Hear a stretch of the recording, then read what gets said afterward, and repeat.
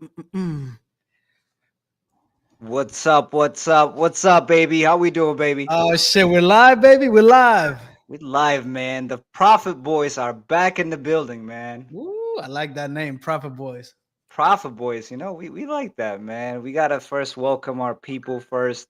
Shout out to all you guys that are joining us live, and then for all of you guys that might be rewatching this, welcome to the live. We appreciate you guys for being here. This is what we do it for. We do it for you guys.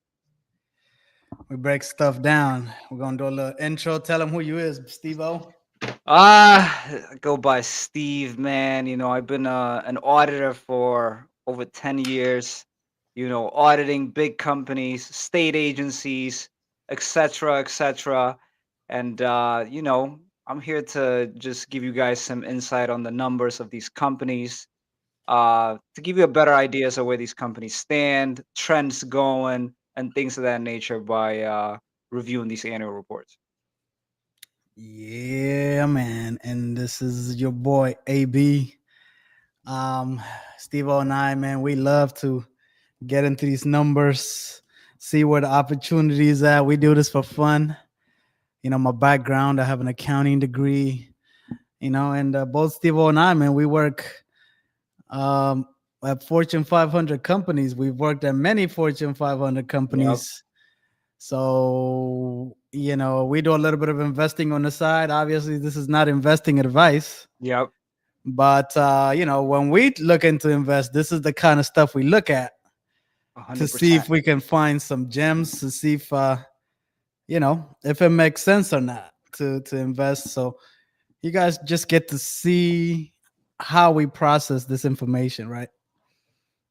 Oh, 100%. And then, this is what the big boys do too.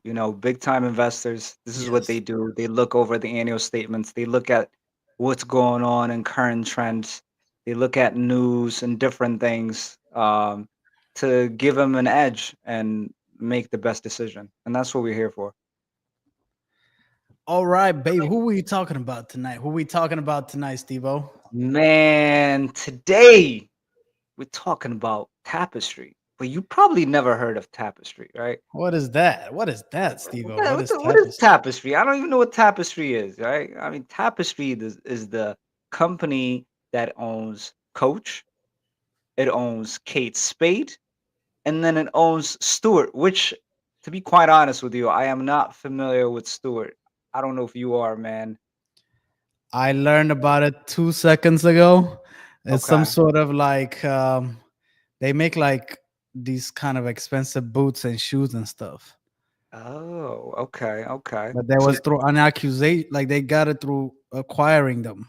acquisition, yes, yes, yes. Acquisition, yeah.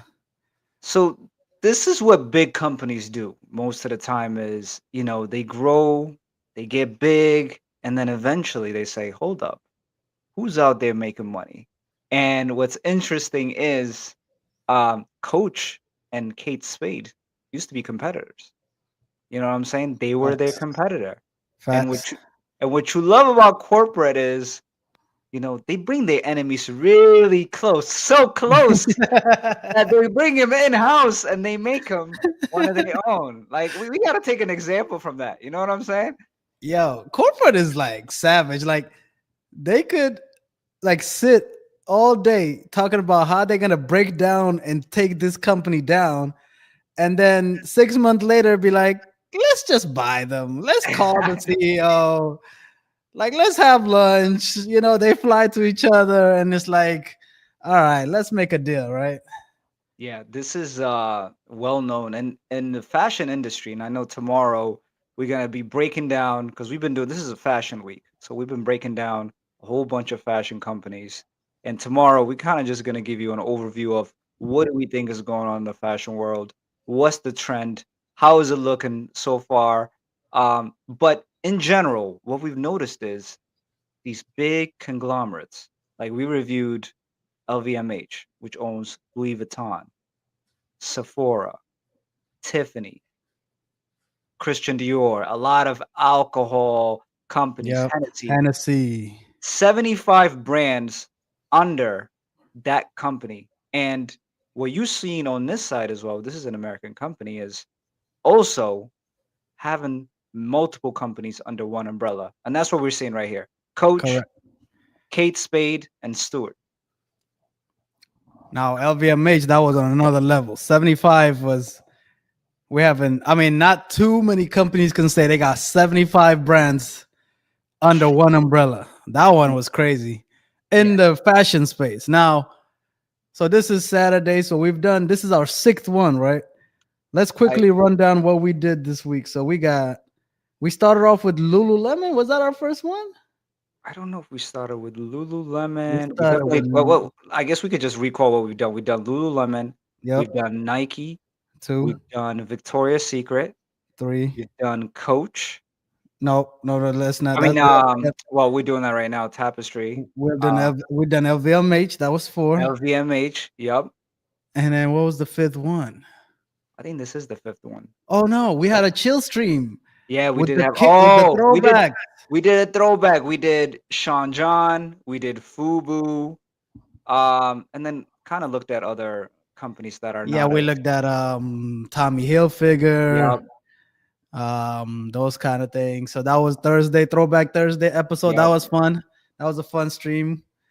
So tonight we got Tapestry, which is sort of the holding company for Coach, Kate Spade, and Stuart Witzman, which is a footwear company.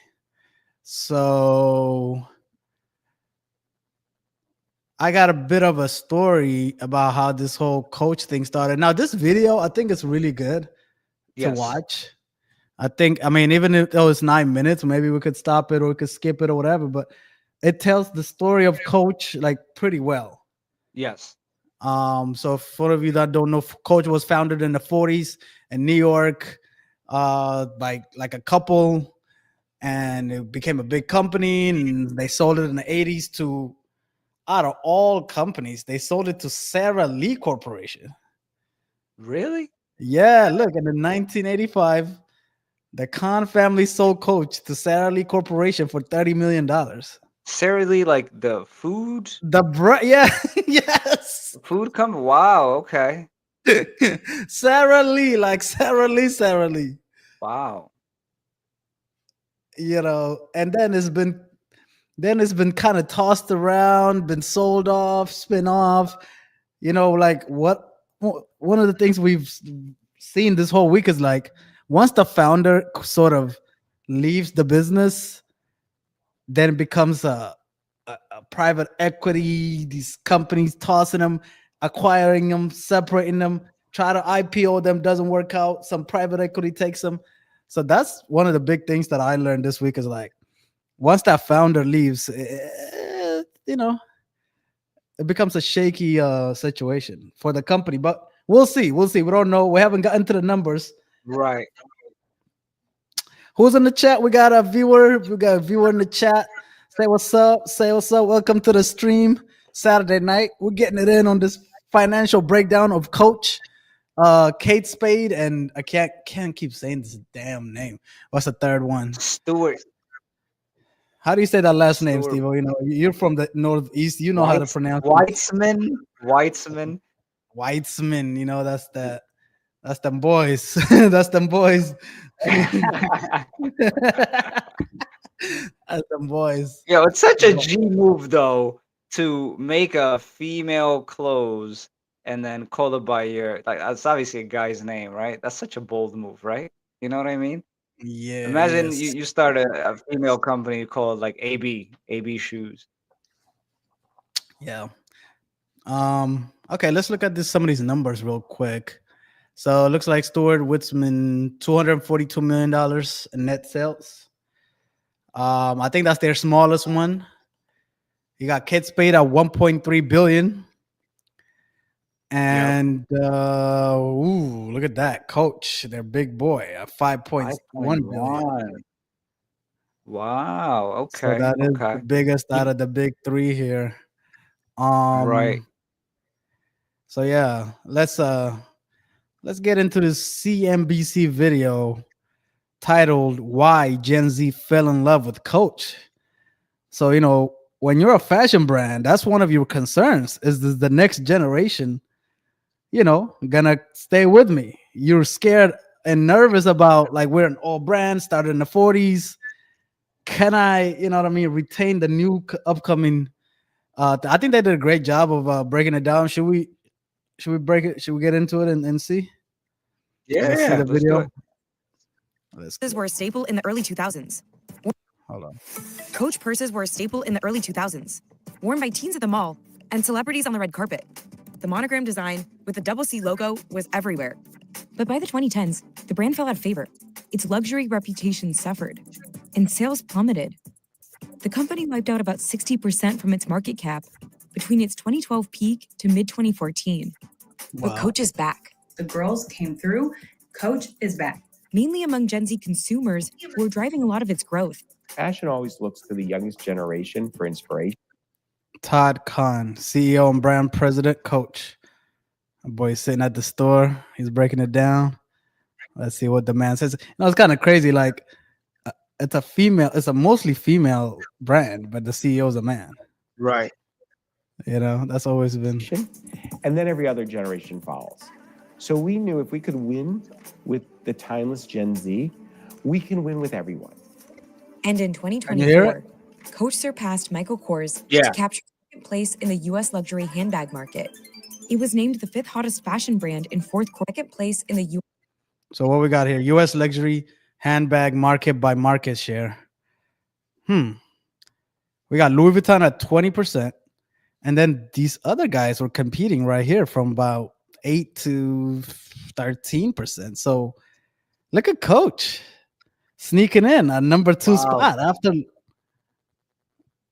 That's Mike impressive. took over Michael Kors. Yeah. And then Gucci, actually the worst. I don't know if Coach is really considered like a true, luxury. I wonder how people feel about that. Right. You're 100% right. I thought Coach was like a like Mid luxury, I think. luxury. Yeah. Yeah. Like an Yeah. Audi type. You know what I'm saying? In between. You- what? So wait, Audi like Mercedes and BM at the top, and then Audi's like second level. I would say so. That's how you look at it. I don't know, man. If AJ's in the building, I want him to comment on that. We're gonna do Car Week next week, guys. Yes. We're doing Car Weeks. We're gonna get into the whole car thing. All right, let's keep going with this video. U.S. luxury handbag market. It was named the fifth hottest fashion brand in fourth quarter 2025, climbing 10 spots from its previous ranking. In this sector, it's really rare to take a kind of mediocre mall brand. Bernstein. What is that? That's probably like an advisory investment firm. These people that be reading the markets. Look at her title, guys. Managing Director, U.S. Apparel and Specialty Retail, Bernstein. What is Bernstein, Steve-O? Bernstein is a private wealth management where they provide financial advice to ultra high net worth investors. So basically, rich guys give these people their money and say, "Hey, go invest it, make me some money." Right. So this lady is in this has her sector, U.S. apparel and specialty retail. So she's constantly looking at this market and saying, "Who's making money? Who's making the right moves? Where's the money going?" So she does what we kind of do, but but she get paid to do it. We're trying to get paid to do it, but she does it where it's a lot of money on the line. I'm sure Yeah. this Bernstein company probably manages 10, 20, 30, 50 billion dollars in under management. Steve was fact Let checking me us see. now. Let me see how much they manage. Bernstein.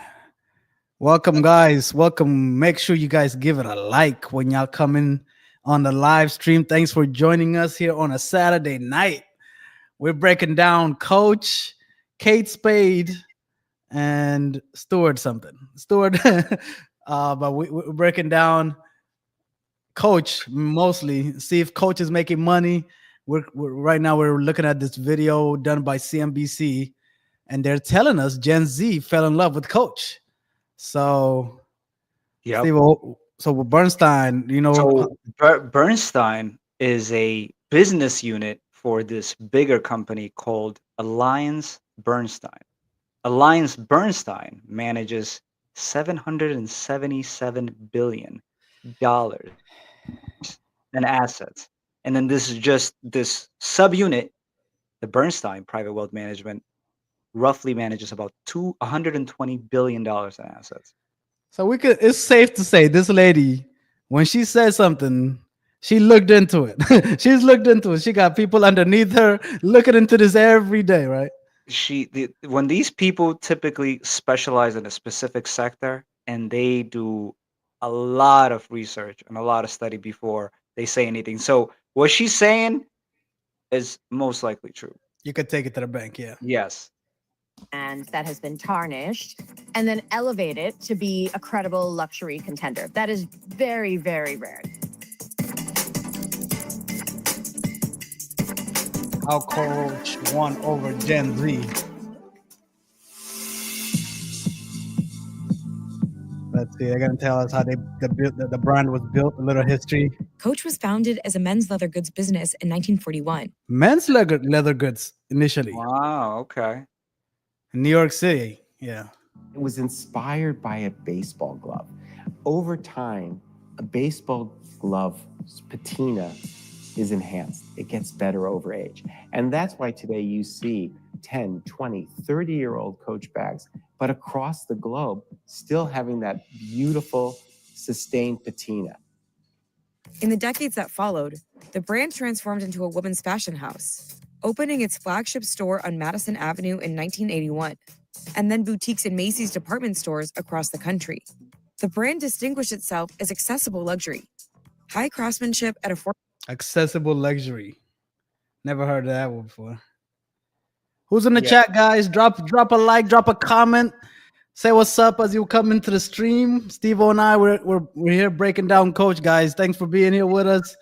We're kind of reviewing this video here. So we're trying to see where Coach is at right now, right? We're trying to see through this video, we're trying to learn before we get into the numbers. Right after this video, we'll get into the annual report. Affordable prices. In the late 90s to early 2000s, its iconic logo-covered bags became an it girl item. But as logo mania fell out of favor, Coach suffered. Its heavy discounting and overpresence in outlet malls cheapened its reputation.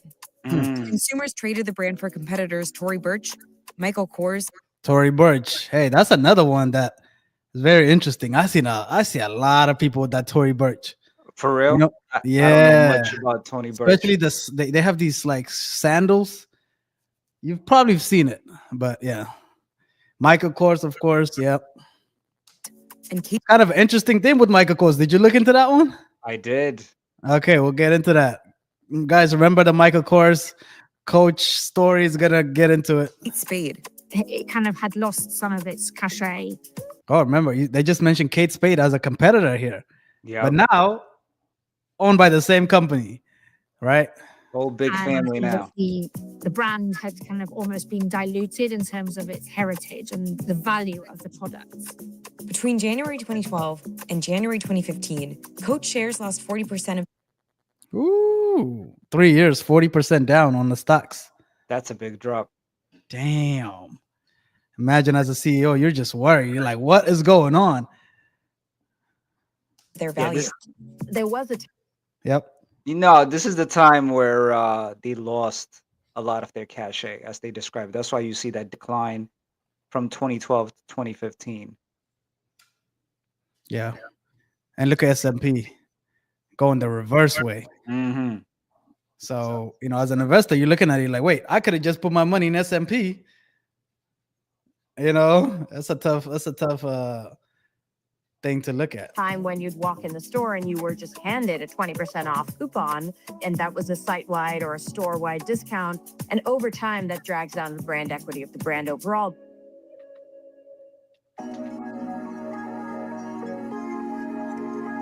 By 2013, the company recognized the need to course correct. Nearly all of its North American sales are direct to consumer. So Coach had great access to long-term data. The company hired a new executive creative director, Stuart Beavers, who came from high fashion brands Mulberry and Loewe, to introduce a more youthful aesthetic. He shifted Coach away from the heavy logo designs. Have you been to a Coach store? It's kind of nice in there. I've passed by one. Yeah, it's kind of nice. It's like minimally displayed out, but it's not too bougie. Doesn't feel like, when you walk into Gucci and Versace, they make you feel poor. Like you're like, You feel uncomfortable. yo, they make you feel like you can't afford this. So, Get your ass out. coach made you feel like, all right, I could shop Yeah, here. like the lady did not Okay, judge me. She's like, what can I help you with? You know what I'm saying? okay. The company also closed underperforming stores and moved away from discounting. They, pulled everything back, went completely back to the drawing board and thought, okay, what do we really need to do? And had a very clear plan and message. They also, looked at their products and realized that, yes, we need to scale back. We need to focus on the quality. The company also made several acquisitions. It bought designer footwear company Stuart Weitzman Stuart Weitzman. Okay. for $574 million in 2015, and former rival Kate 574 million. We'll see. I think they just sold it actually, Steve-O. They just sold it earlier this year. Oh, really? It's not part of their company anymore? No, can you check that? Because the annual report we're gonna look at it ended actually last June. So they're June to May. So actually the new one is not out yet. So the latest we have is like June, like basically 2013, 2014 data. Spade in 20. You find it? I think Oh, they you're sold right. it, right? Yeah, they How much did did they for sell it for? 105. Did they say the number? 105. Yeah, 105. Whoa. Several acquisitions. That's a loss. He bought designer footwear company Stuart Weitzman for $574 million. Bro, they bought it for 574 and they sold it for how much? 105. That's a loss of 470 mil. Wow. Does it say when? February this year, 2025, February 2025. Whoa. Imagine how much money they put in it to grow it and etc. and etc. Yes. And It's if we not saw just this year's annual, yeah. if we saw this year's annual statement, we would see a loss for that. But obviously, we're not looking at that. But yeah, We that's a might big look at loss. like Q3. We might look at like Q3 or Q4 numbers real quick, maybe if we get to it and see if they threw it in there or whatever. Wow, they took a big 80% loss. It's like you bought something for 100 Yeah, bucks and big. then you sold it for 10, 15 bucks. Yep. Woo. In 2015, and former rival Kate Spade in 2017 for $2.4 billion. 2.4, they bought Kate Spade. 2017. We'll see if that's profitable for them or not. That October, it renamed its holding company, Coach Incorporated, to Tapestry. It wasn't so much a light switch as it was building on a little bit of success to success to success. We focused on fewer ideas, both in product and storytelling. We became very focused on this timeless Gen Z client globally. We stopped telling ourselves some stories that businesses tell themselves, that every business unit, every market is a snowflake. I think those underpinnings and those principles, coupled with culture, make a huge difference. In 2021, longtime Tapestry executive Todd Kahn took the helm as CEO and president of Coach. The brand's sales grew 16% that year and 15% from pre-pandemic levels. Wow. 74% of Tapestry's revenue that year came from Coach. 74% of Tapestry's revenue came from Coach in 2022. Okay, I mean, big. Coach is still their biggest by far. So they look like they might be just positioning the company just towards Coach because it might be their big money maker. So we'll see once we get into their financials. Yeah. Over the last 5 years, Tapestry's market cap has expanded by about 140%. Ooh. A boy went from 6 billion to close to 15 billion in 5 years in market cap. That's a come up. That is that's amazing. Bags like the Imagine if your company's value doubled in 5 years. More than doubled. Big bonuses, baby. and Tabby became bestsellers in part because of powerful social media campaigns with influencers and celebrities like Megan. That's Meg Thee Stallion. That's your girl, Yeah. Meg. In part because of powerful social media campaigns with influencers and celebrities like Megan Thee Stallion and Lil Nas X. Lil Nas X.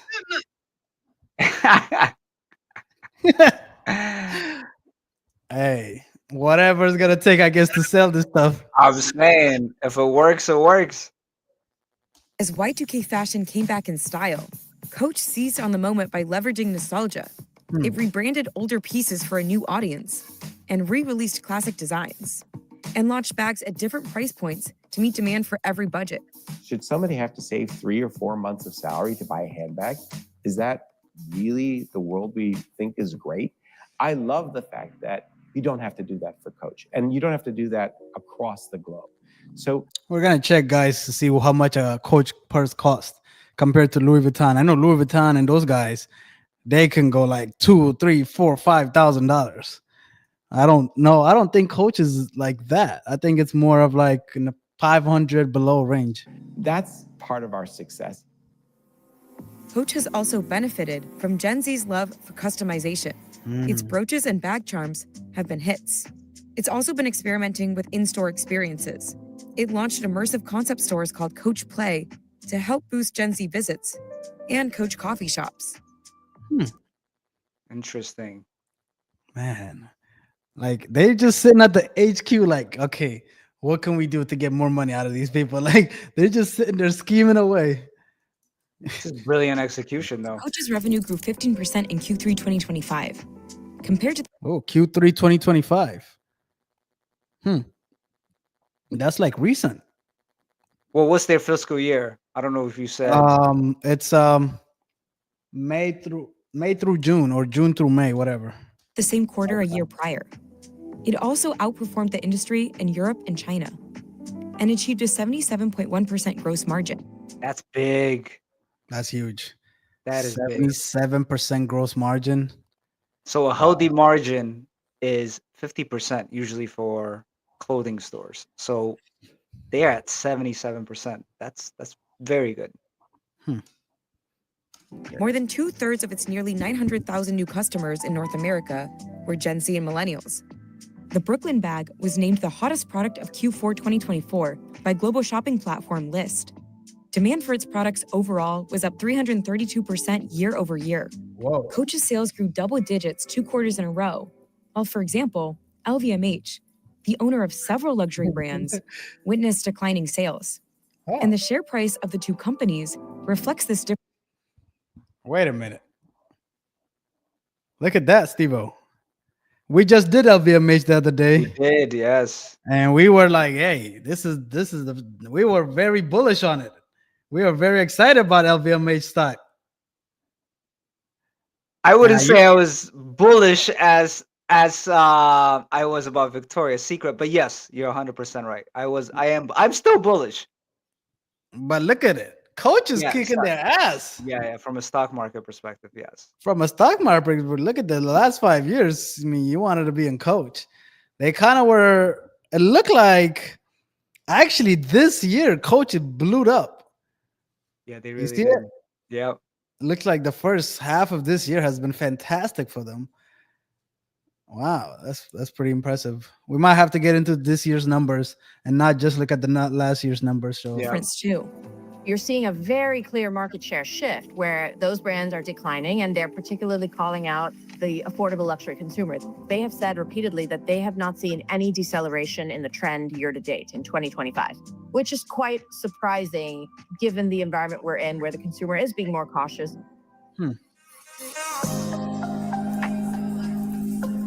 Coach generates about 60% of its sales in North America. 60% North America. That seems to kind of be what we've seen, right? Yeah, that's generally like between 40 to 60% usually in the US for most of the Yeah. brands. I think Victoria's Secret was like 55%. Yeah, that one I remember. I can't remember the other two, but yeah. But its international appeal is growing, especially in Asia. It Asia. currently has nearly 1,000 stores in 21 countries. Coach is also exposed to some risk.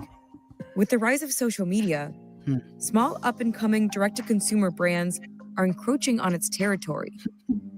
Looming tariffs could also impact the brand. Tariffs? More than half of Tapestry's goods are manufactured in Asia. Planned reciprocal tariffs on those imports are as high as 49%. Yet its supply chain is diversified, with no single supplier accounting for more than 10% of production. It has limited its exposure to China. Based on what we know today, we will be fine. We have relationships for 20, 30 years with our suppliers. We really are involved in every aspect of the process. That helps us navigate these kind of issues.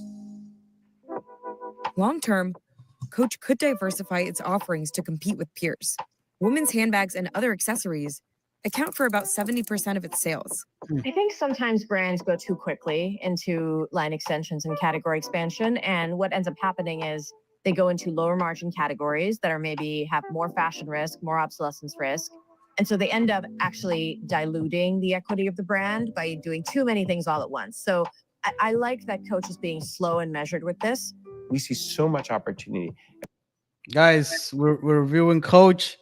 Thanks for stopping by. Who's in the chat? Drop a chat. Say what's up. Say hello to Steve-O and I. We're gonna get into this Coach numbers. We're just looking at this video done by CNBC, sort of breaking down how Coach is doing. This video dropped about a month ago, so these are kind of the latest report. So they put this video together. So we're gonna wrap up this video and then we're gonna get into the numbers. We see that just on the demographics. If you think about next year and for the next 5 years, there will be 25 million women who turn 18 globally, who can, in the markets that we play. It's kind of an odd number for the CEO to be watching. He's like, yeah, we got 25 million ladies turning 18 next year. We're gonna get their money. We're gonna try to sell them something. You know what I mean? A grown-ass man to be looking at that number is kind of weird.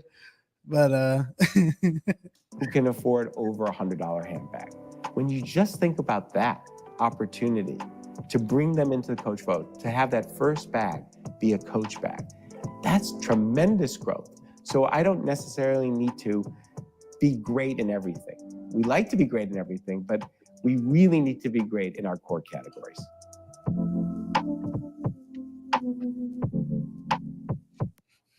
Okay. What are your thoughts on that video, Steve? What are some things that stood out to you?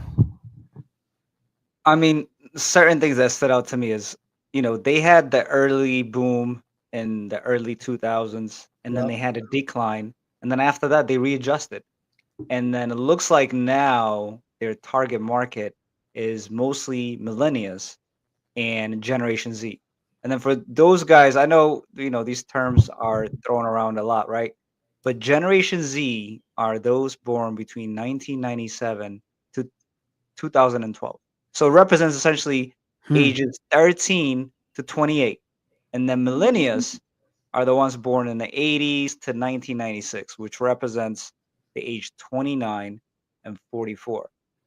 So it looks like they switched their strategy. They went from these heavy designs to like a little minimalist design. And then it looks like it's working for them. Yeah, it's I mean, they beat LVMH the last 5 years on their stocks, which is very interesting. I don't think most people, if you had asked them, hey, you know that Coach beat LVMH on their stock performance the last year, they'd be like, no way, Louis is still the hottest. You know what I mean? Because right. Coach seems kind of like a sleepy brand when you really think about it. It's just kind of there, just kind of hanging out. Let's see some of these prices. Let's see what things are costing these days. Yeah, I was checking out the website earlier. Their price is very reasonable. I mean, they have pretty affordable bags. Like we're looking at right now, it's $295, $395, $350, $125. Like that's pretty cheap. Yeah, most things are under 500. I mean, look at this, like $100. I mean, this is like good leather. They're really known for working with leather. Like their history goes back to that. The guy was, the CEO was talking about how They got it from like making baseball, and like as you like kind of when you break it in, it gets like better and it still holds. So there's like craftsman to it, and it's not that crazy of a price. Like most people could, you know, like if they had a good month or a good year, they don't have to go too crazy. Because I mean, how much is Louis Vuitton these days? How much is Louis Vuitton? I would think like in the thousands. Look at Look these at that. prices, Steve. I Jeez. mean, yeah, it's I don't know. I mean, this is why I guess they get knocked off so much. Yeah. These are And I way too mean, pricey. and think about it, guys. Like, who could afford these bags? Like, legitimately, like, who in society do you think it's a small percentage of society that could afford these bags legitimately, right? I mean, unless you break in Yeah, the bank, honestly, to buy a $3,000 bag, that's expensive. I mean, look, this little It's a bitty thing, small target 1,500 market, bucks. I mean, and you everybody's, still have to, right? And you still have to prove to people like it's real. yeah. You know what? That is actually a real struggle because it is one of the most Yeah. bootlegged like brand. Yeah, and I don't think not too many people are bootlegging Coach. No, You no, they're know? not. And guys, like I recently went to Turkey, Istanbul, and they have like fakes that look so real. You Mm, cannot tell one from another. So, there's a huge also fake market. Like if you guys look it up, there's a huge market for replicas. So that's also been a struggle for these high luxury brands. yeah. Um. Let's see. I kind of wanna get into like the founders a little bit for like a quick minute. Um. Yeah, yeah. So let's see. So was this Kahan family. I don't know how you say it, but so Miles and Leah Khan had two lifetime left legacies that keep their memory alive. Just as World War II was ending, Miles Khan recently released from military service, and his wife entered the leather business, joining Manhattan Leatherbacks. The 5-year-old firm was headquartered in a family-run workshop, 34th Street, Manhattan. And then his wife, Lillian, she gave the company the impetus it needed to become a world leader, recalling her childhood and depression ravaged Wilkins-Barre, Pennsylvania. She urged her husband to use his luxury leather to produce a new version of the paper bag shopping bags she carries as a child to deliver her mother's homemade noodles to customers. So he said, I Mm, scoffed at first. In New York, there was a lot of handbag companies, and at the time, stores were buying knockoff bags made in Europe. But my wife prevailed, and yeah, so the design became the first successful Coach bag. It became a classic. We started having loyal customers, and they started expanding. So in the early '80s, they were selling $20 million in hot bags a year. Um, wow. and then at that time, they already bought a 600-acre estate up in it looks like upstate New York. So Hmm. they were ready to like retire or whatever. And that's when they sold Coach handbags to Sarah Lee Corporation for $30 million. Wow. And that's kind of when, and then it goes on and on, the growth happens. But the founders look like they had it from about the 60s to the 85, sold it to Sarah Lee Corporation. Yes, the Sarah Lee bread that you guys talking about. It's kind of a wild story That's how this crazy. company bought. I don't even know if it's still around. Like, are they still around? It says Once once. was. Ah. Wow. Over time, mergers and acquisitions. Oh, split into two Hillshire brands, Okay. and D Masters Blender 17. And then later acquired by Tyson Foods, which still exists. Man, so wild thing, like a clothing brand to be sold, but to a bread company. That is odd. I've never seen that before, right? But I guess they just, I guess when you're a big corporation, you'll buy anything. It's kind of like when Amazon bought Whole Foods. Yeah. Like it sort of made sense, but like not really. You know what I mean? Like there are weird buys that we've seen before. What are some other ones that you can think of? I mean, the company that we just reviewed, I mean, LVMH, the ones that owns Louis Vuitton, they own a lot of liquors. Yes, Hennessy, right? The champagne.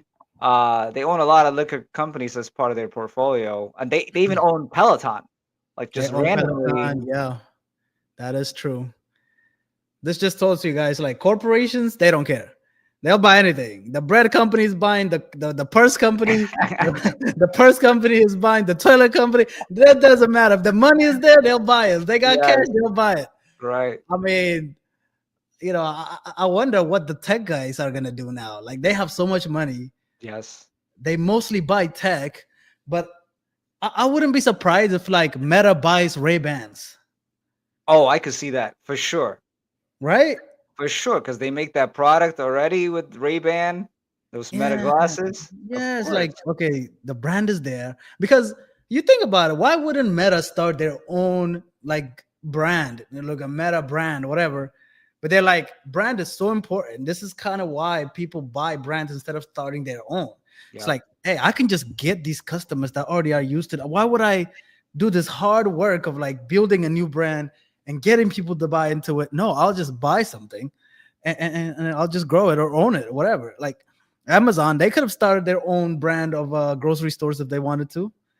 They went and bought Whole Foods. So, but yeah, that's a little bit of the history of this couple. New York City. They're still headquartered in New York City.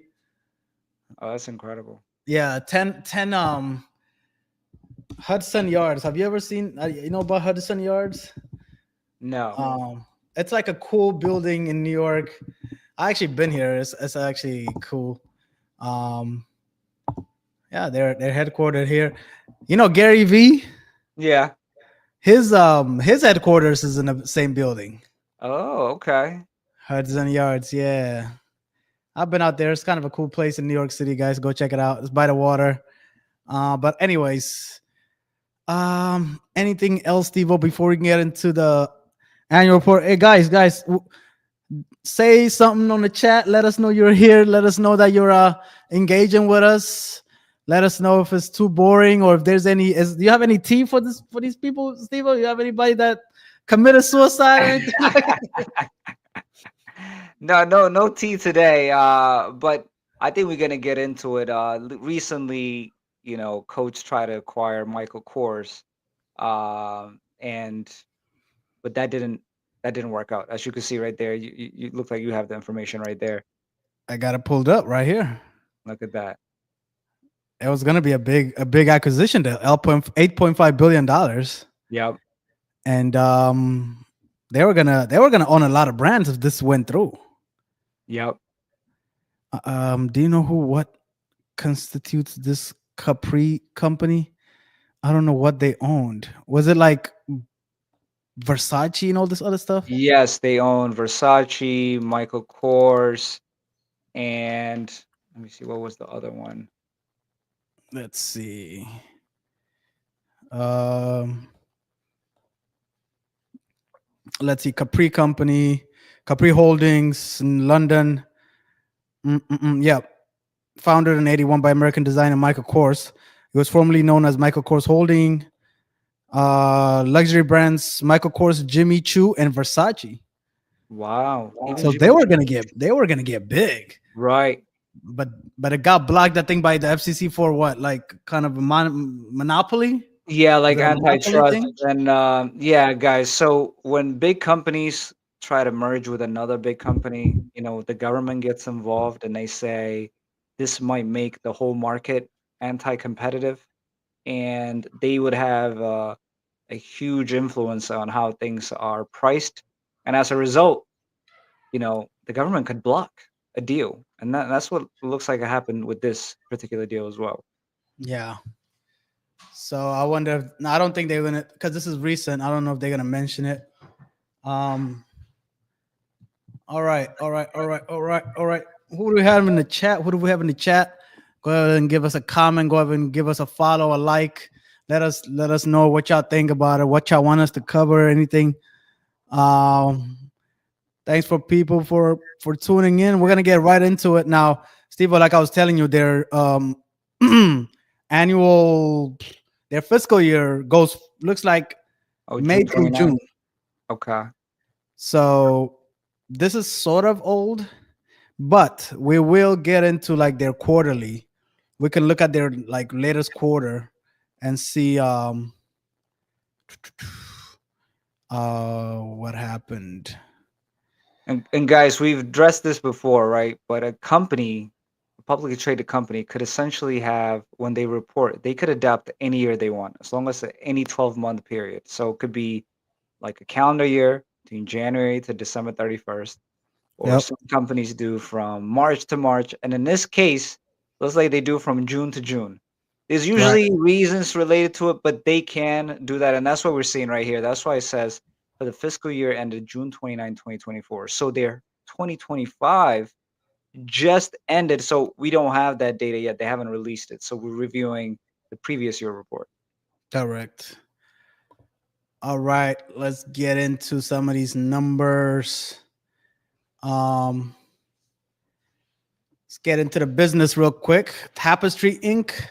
is a house of iconic accessories and lifestyle brand, global brand coach Kate Spade and Stuart Whitman. Which they no longer own, as we said earlier. Stuart Right. Whitman now has been sold to. Sold. Actually, this, you know who they sold it to is the same company that owns Dr. Scholl's. Oh my God. What? No Yeah, way. yeah. Dr. That Schultz? yeah, Dr. Scholl's is what they actually have other brands, but Dr. Scholl's is another holding of this other company. That Guys, what do we say about this buying and selling? These guys are buying and selling all day long. Like that's crazy. But they lost a lot of money on it. We already looked at it, Steve. Like they yeah, lost crazy money. yeah, they bought it for 575 million a few years ago, and then now it looks like they sold it for 105. They lost 470 million dollars with this particular deal.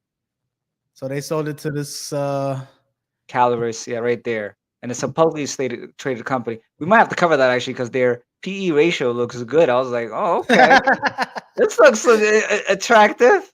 Missouri. What's up with this Missouri stuff? Is this our second? No, wait, that was the other one was Ohio. Um, oh, they own Famous Footwear. That's like a retail shop. You know about this Yeah, place? yeah. Um, They don't like the Dr. Shows, but if you go to other places, it would. brands. Let's see, Dr. Schultz. Yeah, Oh my look at God. that. Oh, what is this? I've never seen this brand before. Like, oh man. Yeah, so right now in the market, guys, in general, within the clothing space, it looks like there's a lot of acquisitions and a lot of merger Mm, because consumers are not spending as much. And as a result, to survive, most of these companies are combining together to be competitive with their European counterparts and for them to sustain this decline in consumer spending. People are not spending as much as they used to, um, they're especially probably within doing the this. millennia and Gen Z. Bro, everybody's shopping on TikTok Shop, man. I'm telling you, everybody's buying their shit from Shein and TikTok Shop. I don't know what these For companies are real. gonna do about that stuff. Like people are in that stuff heavy. And now you got this live Yes. selling that's taking place on TikTok Shop. This live selling stuff is crazy. Like, and then you got Amazon. Like, if you're not in Amazon, I don't know how these companies like. I don't know, man. But somehow we'll get into it. We'll get into the numbers, guys. We'll see if they're profitable, right? That's what we're Right. here for. But I mean, that concerns me. Like, if I'm a brand, I'm like, there's too many options. You know, before the internet, you just went to the mall. That's it. You went to the mall. If you're in the mall, you got a chance to sell to these people. Now these people could go anywhere. There's a new website popping up left, right, and center all the time. Hmm. I don't know. I'll be Yeah, so competition nervous. is fierce. Yeah, the competition is crazy. All right, so Stewart's, I mean, they're gonna report it because that was last year, but now it got sold as of like what February of this year. So Yep. we're not gonna worry about it. All right. we already knew about this. Coach founded in 41. Um, and 2015 they bought Stewart, sold it this year. 2018 they bought Kate Spade for 2.3, 2.5 billion dollars. We'll see if that's making a money. We'll see if that was a profitable acquisition or not. And then they all came together under this Tapestry umbrella, right? Yep. They get into it. We have Coach. So look at this. I mean, Coach is still the big dog. 76%. That's big. All right. So we got Coach at 76%. We got Kate Spade at 20%. I Yo, mean, that's who's pretty much. buying, guys? Maybe, yeah, you guys could give us some perspective. You guys rock with Kate Spade? Like, I don't know people that rock Kate Spade like that. I know people that have Coach, but who is the demographics buying Kate Spade? Is this What is the name? who is this for? What is that lady I'm thinking about? Kate something. Kate Moss? I keep confusing Kate Spade and Kate Moss. I thought they were owned by the I same want to people. look up. I want to see who Kate Spade is. Let me see. Well, they got what's her name? Look at this. What's this lady name? Ice Spice. They got Ice Spice up here. Oh, okay. Okay. So Website they're is clean though. they're trying to stay relevant. But I don't know. I mean, hey, she's missing a teeth. I mean, Inclusive. that's kind of cool that they let her model. Like, what is this? It's like, hey, we let anybody in this club. You know what I mean? As long as you got Very money. inclusive. Oh, so Bree said older women buy that. Okay. Okay. You know though the style, I don't know. I don't know about the style, but it looks like for a younger generation, but I guess not. I guess this is a an older people thing. Mm, What's up with the site though? Is the site like not loading? no, no, no. Oh shit! Wait a minute. Yeah. Wait. What did I just click? I just clicked handbags. Whoa! Whoa. Hey, No that's not a good look. way. No freaking way. I can't buy it. That's crazy. A company that generated what 200 and something million in net income, the website is acting up. I mean, it happens in business, but it's just not a good look. As we're reviewing this company, but the Bro, website cannot load. it's like going to McDonald's and they run out of fries. You're like, what the? Whoa. Okay, well, somehow it's loading now. Okay, so similar price as Coach, about that 200-300. Yeah. One thing I noticed though, how come they never like have old people advertising? I've never seen. Yo, Like that's true old though. people, they need to feel represented too. I feel like, right? No, that's true. I wonder if as a brand you would be like, I wonder if you think that would get the younger group, which obviously has a longer lifeline, to not wanna. This is how businesses think though. You know what I'm saying? They're very strategic. And they might look like at a company and be like, hold up, if I got an old person advertising, that might get the younger person to move away and they might not spend because they might think it's a older people thing. But if I'm old, I'm saying YOLO. I'm spending it all. I'm trying to get. And they got the F401k money. You know what I mean? Like a 25-year-old is a Oh, brokey. fact. I don't know, man. That's interesting. All right. Let's get back to it. So 20 plus 76. What do we got? 96%. So this tour thing wasn't really Okay. worth shit. Yeah, 3.6% of sales. No wonder why they sold it. They got rid of it. They're like, yep, let's get this thing out of here. Let's see. Direct to consumer business. Our DTC business consists of channels that provide us immediate controlled access to consumers. This include retail and outdoor stores, brand e-commerce sites, as well as concession shops. Direct to consumer revenues were approximately 87% of total net sales. Wow, that is huge, guys. That essentially means they're not selling it through like a wholesaler, like through a retail, like Macy's or JC Penney and stuff. This is directly either from their stores or from their website. which is good as a brand, like a luxury, mid luxury brand, because that means you obviously get a higher profit because you don't have to pay nobody else, but it also helps you, know who's coming to your website or who's coming to your store, and gives you good data that you could use. Because you remember that's what they said Yes. initially, how they transformed the business as Yes. well. They had a good idea, they had good data. So it's interesting how a clothing, I mean, a handbag business still relies on data, and that's how they transform their business. Well, the easiest person to market to is someone that just bought 6 months ago, right? You can send them a text, you can send them an email, you can send them a little coupon. Like even all these food places, have you noticed like they want you to download their app so Yep. bad, Yep. right? Because even like I'll say this, right? Chick-fil-A, I got Chick-fil-A downloaded and everything, right? You know what? Have you? I don't know if you have that. Do you have it? The app, I do not have the app. No. Man, look, you gotta sign up. Whenever I don't go, like if it's been a few months, the Yeah. store, whatever store that was, that I go to, right? The manager literally sends a little message. Obviously, it's through the software, whatever. Yeah. But it says, Automated, right? "Hey, Abraham, miss you. Here's an order of fries, or here's a free shake." What? Yes, Wow, that's crazy. I never heard of that actually. Rebecca every like, has like but if I don't McDonald's and go, stuff. like within 3 months, maybe 2 months, I get a little offer, a little something to bring me back in, a free shake, and there's no obligation. You don't have to purchase anything. It's just you can come get the Wow. free stuff if you want to. I'm like, man, these guys got me. They understand me. And does that prompt you usually to go back? That Usually I'm like, hey, you know what? Let me get my free milkshake, baby. I gotta go. And you're not gonna just go and get the milkshake. They no, know that. right. Oh, that's incredible. So this is why they want your data. So they can like, push like you ever abandoned a cart?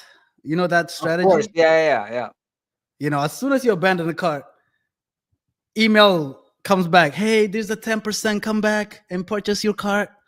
Right. So it's that data, like they fight over this data stuff. So to Steve-O's point, the fact that it's a direct to consumer, 87%, that's huge. Yes. But that's e-commerce stores, all that combined. Let's see if they added stores or anything like this.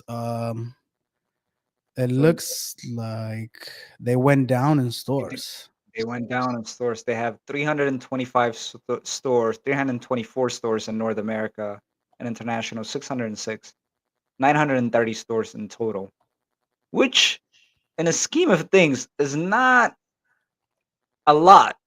You know what I mean? Like if you think about how many states there are in the United States, there's 50 states, there's thousands of cities, This is and international too. Yeah, this is the international international number. too. Yeah, so you think about other countries they're in.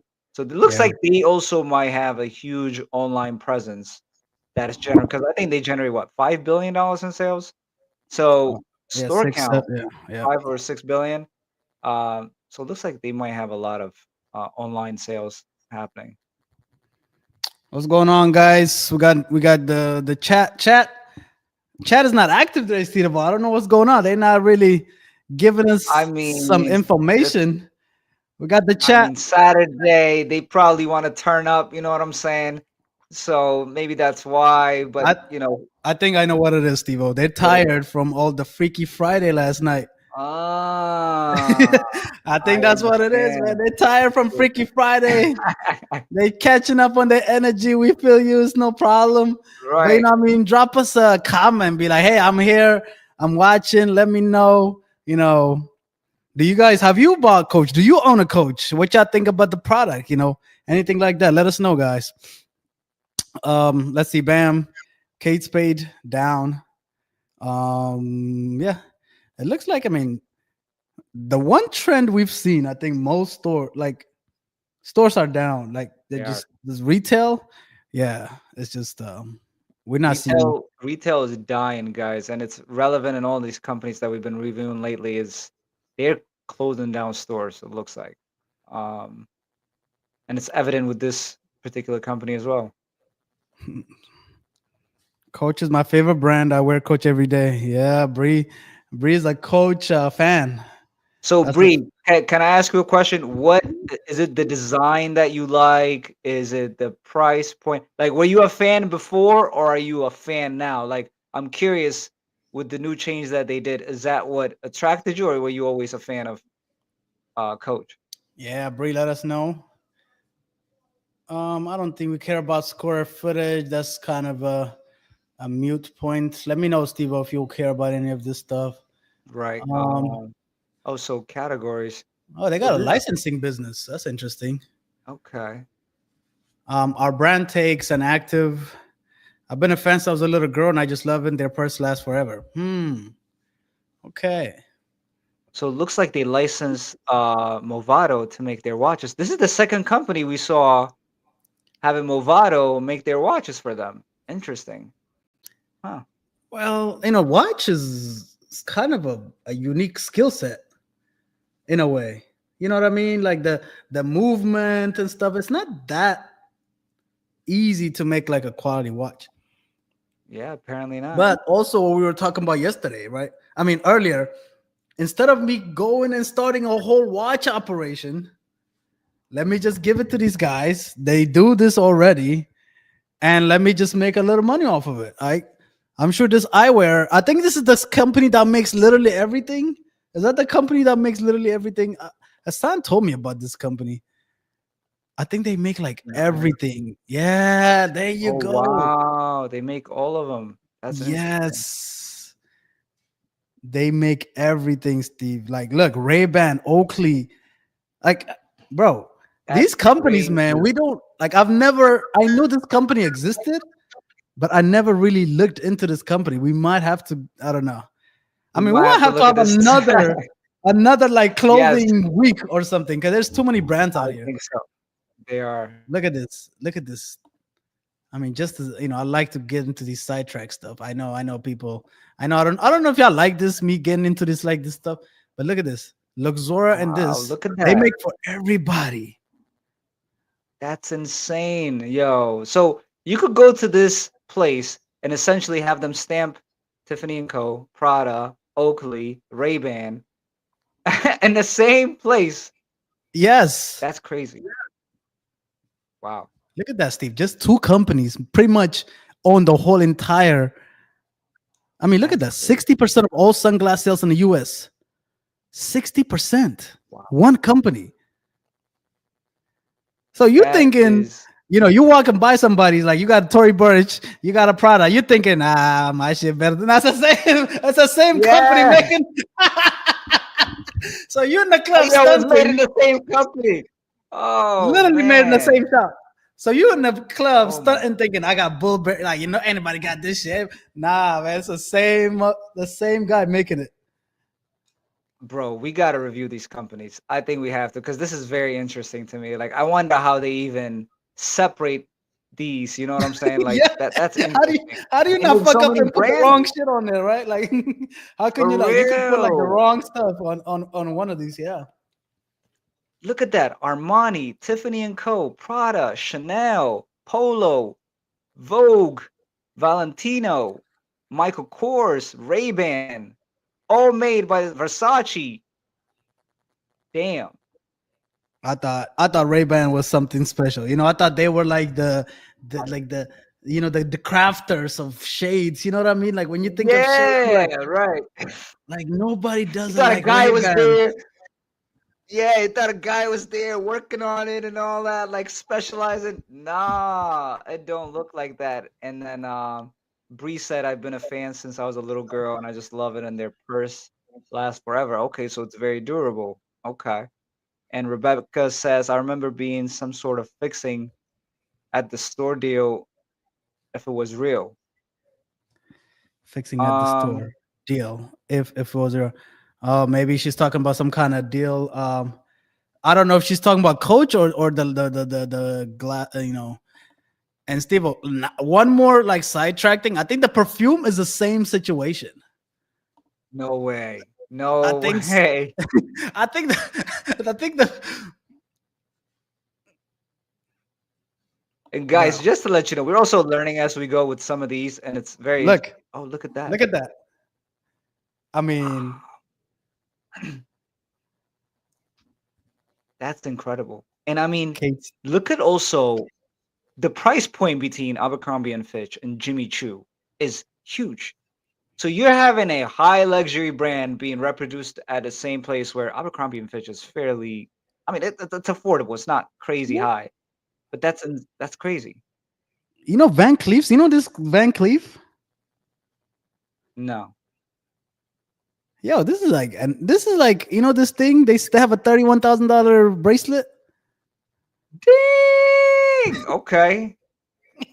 Yeah, this is the shit that like girl, like Yo. I think you've seen this before. They have like a $6,000 bracelet. Like everybody's wearing it, like the knockoff version of this now. But look, their damn perfume is made by the same company that's made by Abercrombie and Fitch. Man, guys, listen, if you buy luxury products, you got to do some research because look at this. That's insane. They're exposing themselves on this thing. Like that's crazy, right? So Even what's interesting is, I used to talk to auditors at E&Y, and they used to go to inventory accounts like where they make baby food and stuff for companies, right? And then they would have the generic version, and then they would have the higher brand whatever. And I remember one of the auditors telling me, I literally saw them making the same powder, but then bagging one of them in the higher box item, and then the other one in the regular. It's the same thing. no Same thing. way. I swear to you. And I was like, what? Is that even legal? I don't know. I do not know. So it's interesting to think about, these whole high brand products are being made by the same partners. But you know why? You know, I always had suspicion because when you go to like some of these retailers, or even when you go to like Movado website, they Mhm. have other brands listed. And you're like, how? You know, why? Oh, really? Uh, Movado does that? I'm actually a big Movado fan, but I never been like to their website. I've seen it. I don't know if it's Movado, but I've seen it to where it's like, how are these two brands related?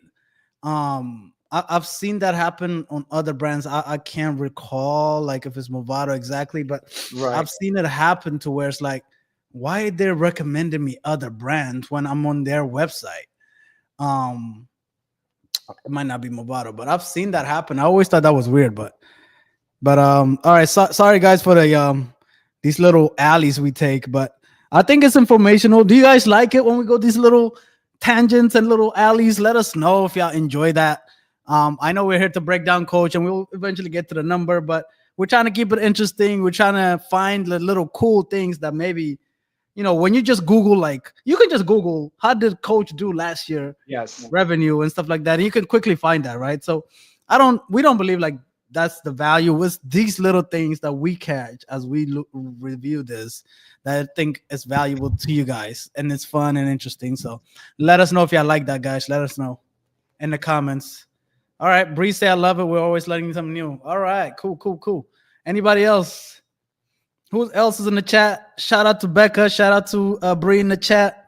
Our day ones. Day Who else one. is in the chat? Any new guys? Any new first time watchers? If you're a first time watcher, say first. Put a one in the chat if you're a first time chatter, guys. First time watcher. Appreciate y'all if y'all coming in. All right, Steve. We got some We got numbers. some numbers here. Look at Coach. Net Coach, sales. the Net sales. We got women's. net sales. Oh, Okay, this is go ahead. net sales. Okay. So this is women handbags. They sold about 2.4 billion, 2.5 essentially. Women accessories, 1 billion. Men's, they sold almost a billion. I didn't know men be rocking with Coach like that. Okay. Hmm, okay. Interesting.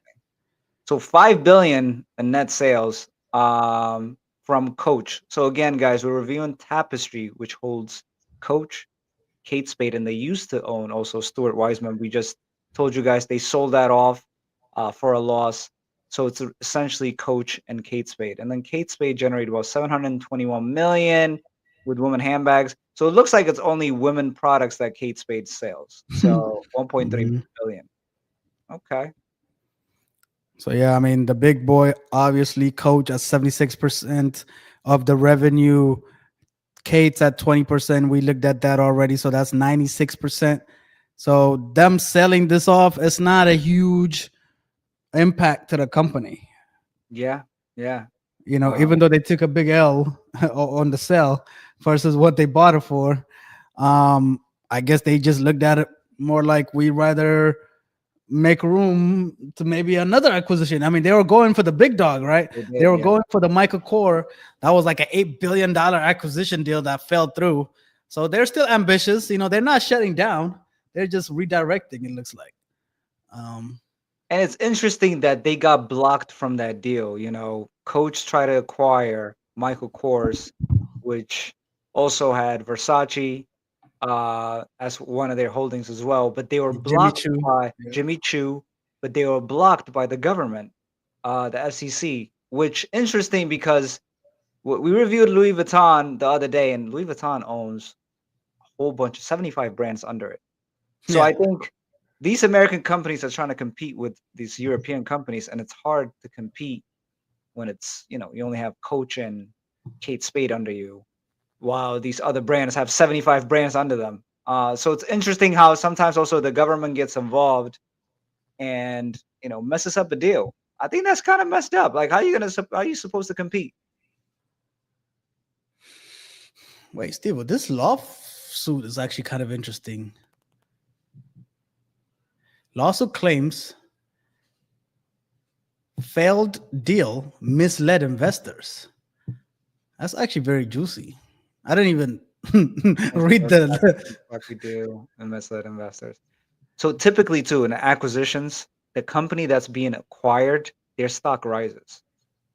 That's typically the thing. So I don't know if Capri stock at this ended up rising. Oh, oh, so they're accusing both of them conspiring, orchestrating a secretive anti-competitive scheme to eliminate competition in the accessible luxury handbag market under the gist of a $8.5 billion acquisition deal, harming shareholders when the deal ultimately went south.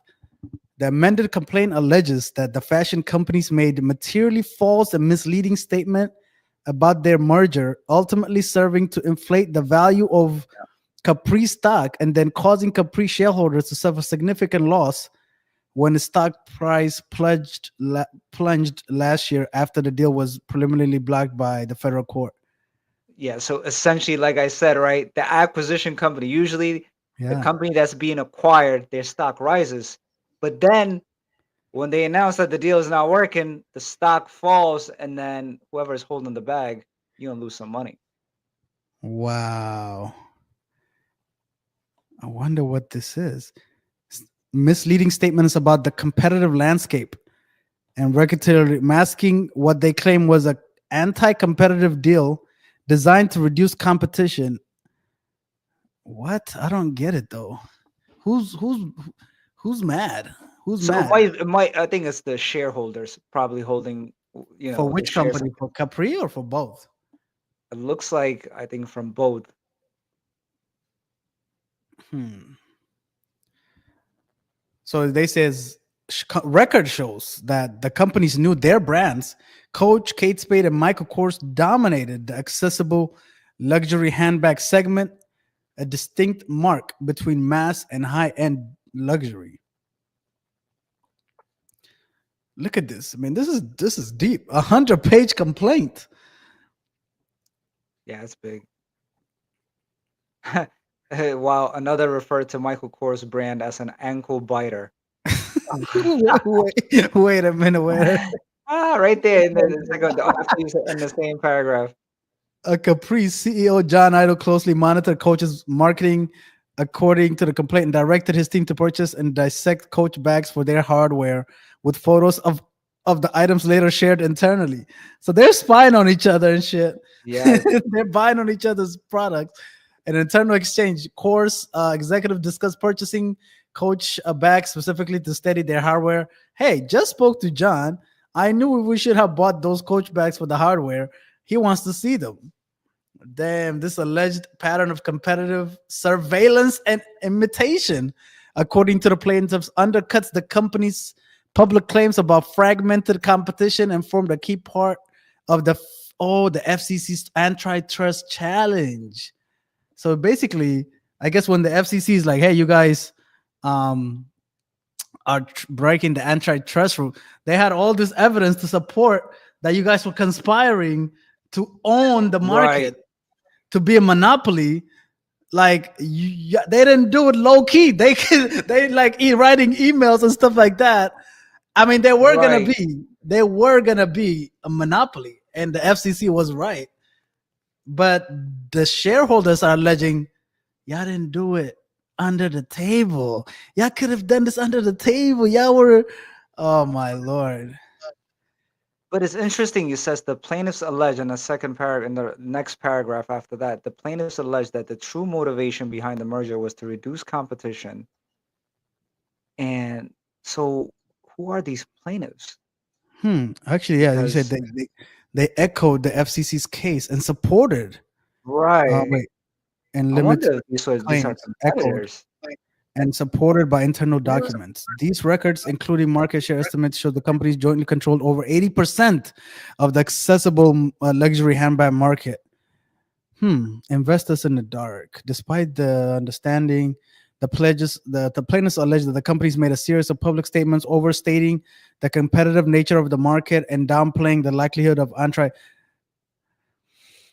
I think basically they're saying, I don't know, they're saying like, you guys knew this was not gonna get approved by the FCC, Right, and you guys still went for it, which which like I guess what we bought shares, and then like when it fell, we lost money, so it's your fault right. because you were being sneaky about it. You guys knew this was not gonna work out. Y'all still try to do this to pump the stock on both of them. That's what they're alleging, right? Is that how you understand it?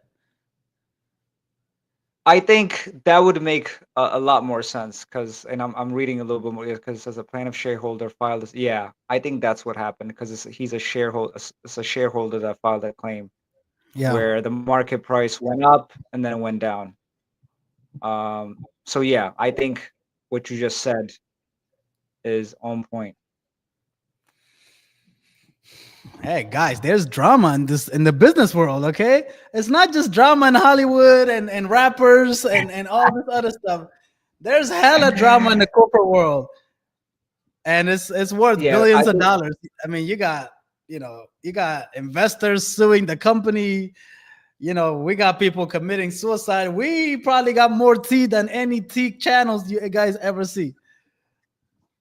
yo, and you don't hear this on the news, guys. Look at this. Like this is stuff that happens on the back end, but you don't hear about it.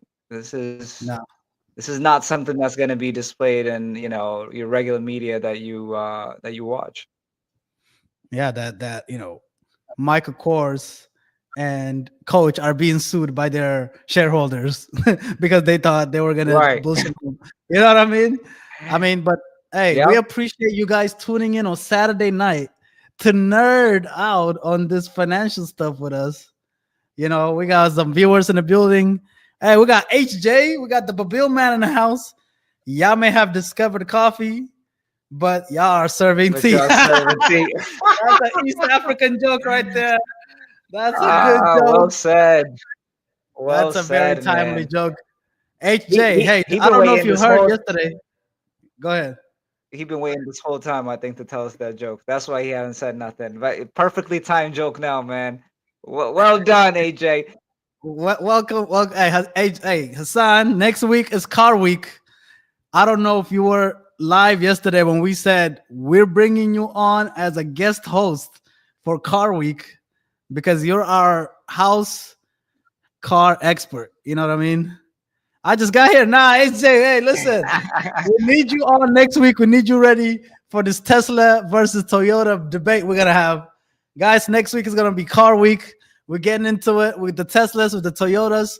We'll see if the American brands are dying. Ford, Chevy, how they doing?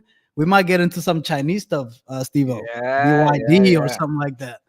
But all right, all right, all right, all right. We're sidetracking here, but what were we talking about here? Anyways, Coach and Kate Spade is pretty much combined.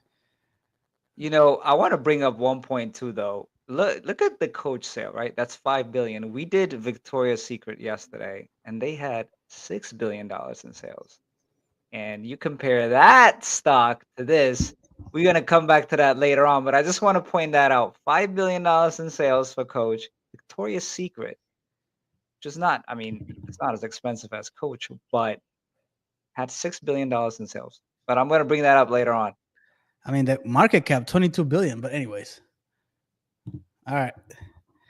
Let's see what else we got in this annual report. Um, let's see. Total expenses attributed to the company's marketing efforts were 616 million, representing 9% of net sales. That's not bad. 9% for marketing. Wow, they're not spending a lot on marketing, guys. This is No. actually pretty good. So they still have a brand reputation, I think, and they did when we watched the video earlier too. They have a lot of influencer marketing, and I think that has caught Yeah. on. They had Megan Thee Stallion, they had Little Nas X, and that worked for them. But yeah, 616 million. I know it might seem like a lot, but compared to the amount of money that they're making, it's not a lot. Only 9% of net sales. Imagine you made $100 and you only advertised $9. I'm thinking this is for the whole portfolio, right? Not just Coach. Yeah, yeah. So Meg the Stallion, if you're watching this, first of all, what's going on? But second of all, hey, you gotta ask for some money, man. They got some money to spend. They got 616. I mean, listen, guys, we're looking for a sponsor for better products for our podcast. So if you want to sponsor us, we here. We need Coach. better lighting, better audio, etc., etc. Hit us up. Guys. Drop some what do you call those things? I think super chats in YouTube. They're called super. Drop a super chat, guys. Drop $1, drop $2. You know what I mean? Oh, people can send you money on YouTube too. I thought that was a TikTok thing. No. They can send super chats. I don't know if we're monetized though. We're not. I don't think we can get money because we got to get to 500 subscribers. So that's step one. We got to get to 500 subscribers. Okay. And then we're gonna be able to be monetized, so they can send us money. In the meantime, guys, you guys have my Cash App and things like y'all can send me my money on the Cash App. Wow. And Hassan, we're definitely gonna cover Stellantis. That's big, man. I think that's the same the company that makes what, Jeep, right? They own everything. Yeah, like Jeep, Ram, Dodge, I think, all that kind of stuff. Yes. Yep. All right, let's see. Manufacturing, Vietnam, Cambodia, Philippines, India. Wow, not China. Yo, Vietnam has been very relevant in all the companies that we reviewed. Yo, Vietnam is doing well. Hold on, let me say something. Hold on. My AirPods were made in Vietnam. I just looked at it the other day. I was just randomly looking at it. It says assembled in Vietnam. Even Apple has went to Vietnam. Vietnam is the new China, seems like. Okay. I think so. Yeah.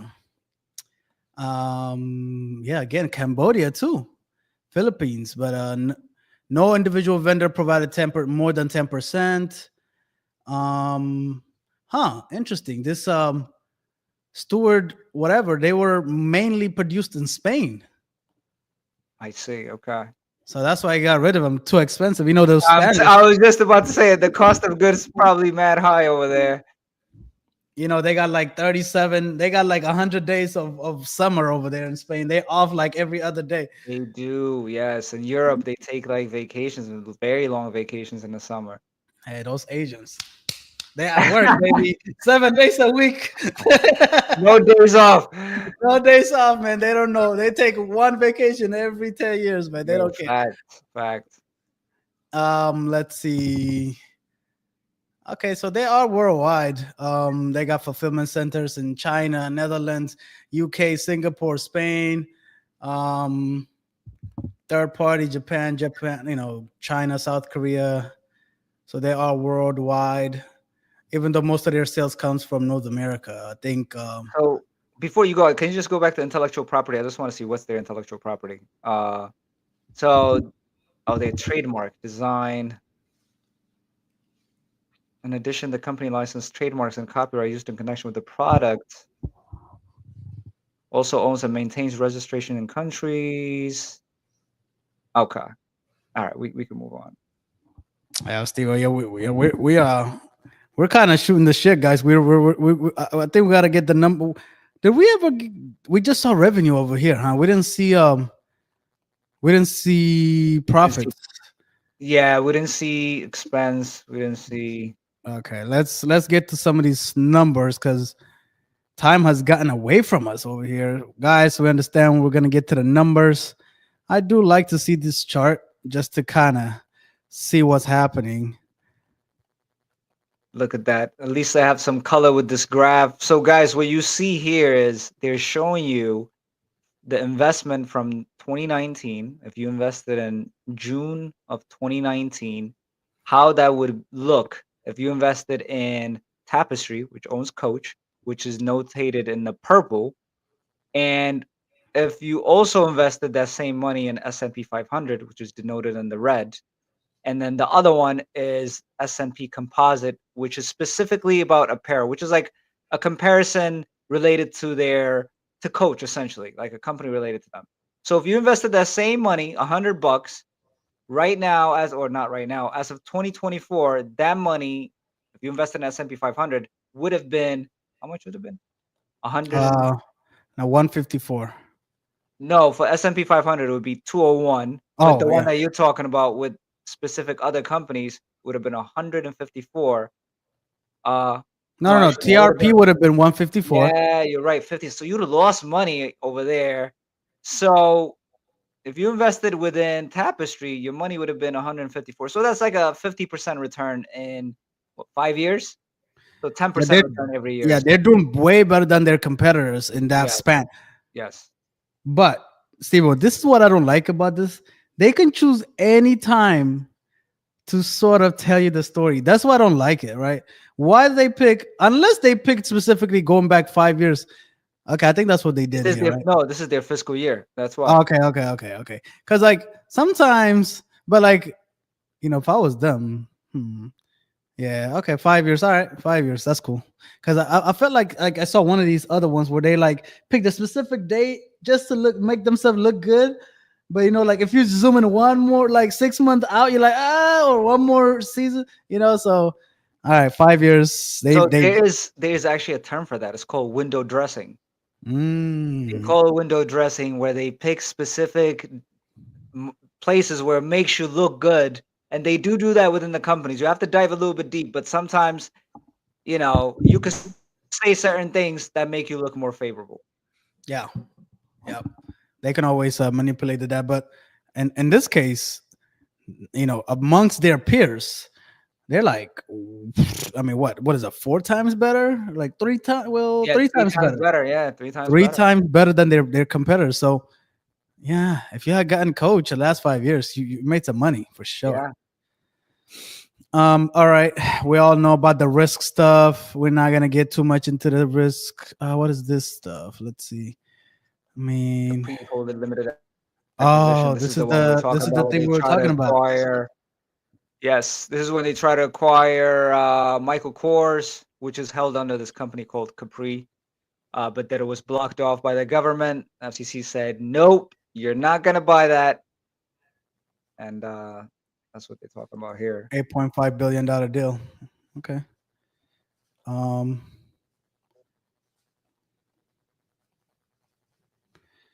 let's see. Oh, let's see. We got some numbers.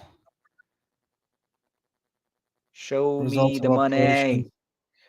Bam. So net sales of 6.6 billion, and then gross profit is about 4.8. So cost of goods was about 1.8 billion, which is pretty good. Like, so 73% gross profit margin, guys. So a healthy apparel business, you get 50%. That's pretty good. So essentially, you bought you know what I'm saying? You're selling a t-shirt for $100. But then if you make it for $50, that's pretty good. But in this case, what's happening is they selling the T-shirt for $100, but it only cost them about $26. 20, you know what I'm saying? $26 to make it, which is really, really good. Yeah. And then you got the sales, general, and administrative expense, which is like your marketing, your accounting, all these other people that are working in the office, how much that cost you. That's about 3.7 billion. That's a lot, actually. Okay. And then they made an operating income of 1.1 billion. Interest expense alone, they paid 125 million. Guys, that's just interest alone. That's not principal. So they have some debt. So the net income, which is pure profit, is about 860 million. Just about 12%. You know, we talked about it this week. 12%. Anywhere like 10 to 20. 10 is on the lower end, 20 is like on the higher end. So they're slightly above average. Lulu was kind of like the best. I think Lulu was about Yes. 18 to 20%. I think Louis Vuitton, I think they were in 18% also. If you fact check me on that, but 12%, not bad. We saw Victoria's Secret was struggling yesterday.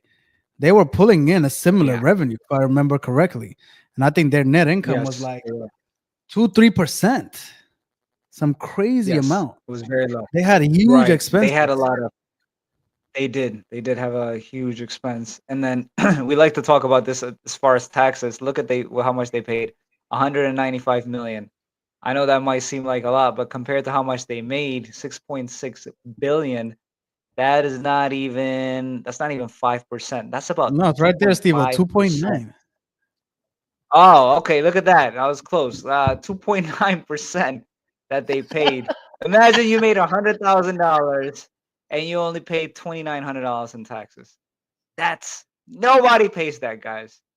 So that's incredible. We've talked about this, guys. We are gonna do one of these days a tax episode. So maybe there's a way for us to get into some of this tax benefits or something, because actually Steve-O is a CPA, guys. He does taxes on the side for people and things like this. So he knows a lot about taxes. So we're gonna have to get into this tax stuff, because none of us are paying 2-3%. Everybody in here is paying 10, 15, 20%, on average. On the low, yes.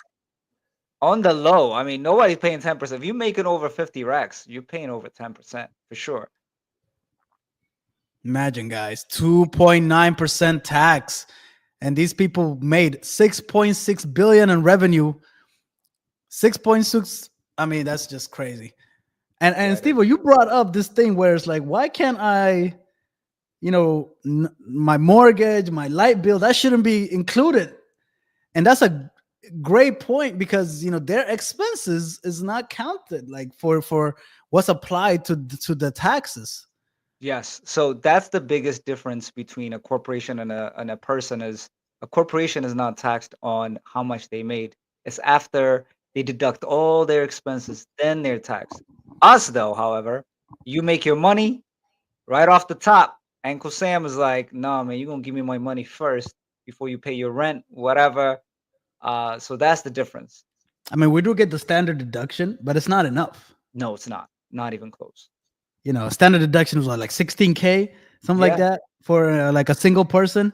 I mean, like, what do most people pay on their bills per month?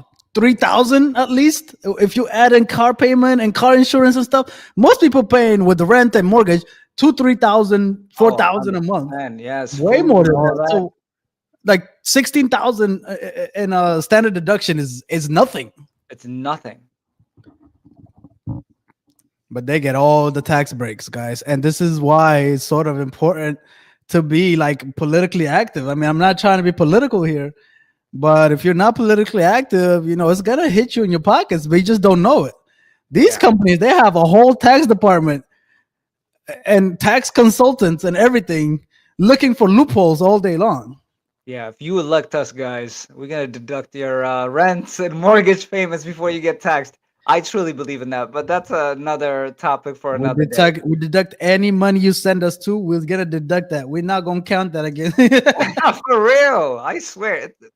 Anyways, All right. Let's see. Any should I go back? Anything we missed on that number? no, it's Um, good. It's good. I think if we get the balance sheet, which let us see like how much cash they have, what assets do they hold, and stuff like that. That probably give us a better picture of where they stand. Looks like they let's see. got also some debt because they're paying some interest expense. What's this stuff here? What is this? What is this? Is this breaking down? No. So this Okay. is acquisition cost. Okay, yeah, I don't think we need to cover that. All right. Currency, gross profit. So it's like Coach is still the highest on the gross profit at 76%. Yeah, And they probably got rid of this company because their gross profit is not that great. Look at that. So 59.2. Coach is like they're making their stuff cheap and they have a good price. So that stuff that you saw that you're buying for $300, they're spending $75 to make that thing. Something Yeah, like that, yeah. right? Yeah. So it costs them about $75 for that $300 purse, guys. So they have a good margin there. Net sales. Um, what is this? Income. So operating income decreased from the previous year. Where's corporate? Which included I think it's the general and administrative expenses. So they Okay. yeah. You want a balance sheet? I'll give you a balance sheet. Balance sheet. Give me the balance And sheet. they also so one of the things that these companies do as well is they buy their own stocks. And it looks like they had done that. I think they spent like about $1 billion in buying their own stocks. And companies typically do this if they, first of all, if they don't see any opportunities in the market, they say, "All right, there's no other company to acquire." Then they say, "Okay, our stocks are pretty low right now. Maybe we should buy our own stocks, put it in treasury stock, and then later they reissue it. They Mm, can make more money." You literally could do that as a company, and that's one thing they did as well this year or last year, I guess, because we're reviewing 2024. Cash and cash equivalents, they got 6 billion. What? Yo, Oh, dang. This actually had the most cash that we've seen. That's surprising. $6.1 billion. Where'd they get that from? Dang. You They've see, been hoarding. They've been hoarding. yo. So, as an investor, right? One thing that you look at when a company has a lot of cash, which is good, right? But at the same time, what investors don't like to see is cash not being used. You don't want just money sitting in a bank. You're like, hold on, you could be making more money. And I think that's why they did the stock repurchase is because they look like they have a lot of cash. I think this is why they try to buy Michael Kors. Yes, they have a lot of cash. So I could see them. And that's short-term investments is something that could be very quick, that could be converted within less than a year. So essentially they really have about 7 billion Yeah, that's like a money. market account or something like. Yes. Yeah. Yeah. And look at Wow. that's a lot of money, guys. For the retail company, we didn't see a company with this kind of cash. That's a lot of money. Mhm. And then look at the inventory, 824. That's pretty good. So that means they have a good idea of forecasting and knowing how much demand is in the customers want. Because if you hold a lot of inventory too, that costs you a lot of money, warehousing, keeping that and making sure it's not lost. Like inventory is a big problem for retail. Huge, huge issue. And the more inventory you have, the bigger your It's issues are. freaking headache, especially in fashion. Yes. You know, like in tech, like a webcam or something. You can sell like a webcam 2 years, and the technology is not gonna get that bad, that much worse. Or like a mic, or my microphone, something like a light or something. Right. These things, they have seasons. You know what I mean? Like if you don't sell it this season, you gotta send it to the outlet. You gotta send it. I mean, fashion, and I don't think I would ever get into the fashion world. That's a tough gig, man. The It is tough. unpredictability of it all.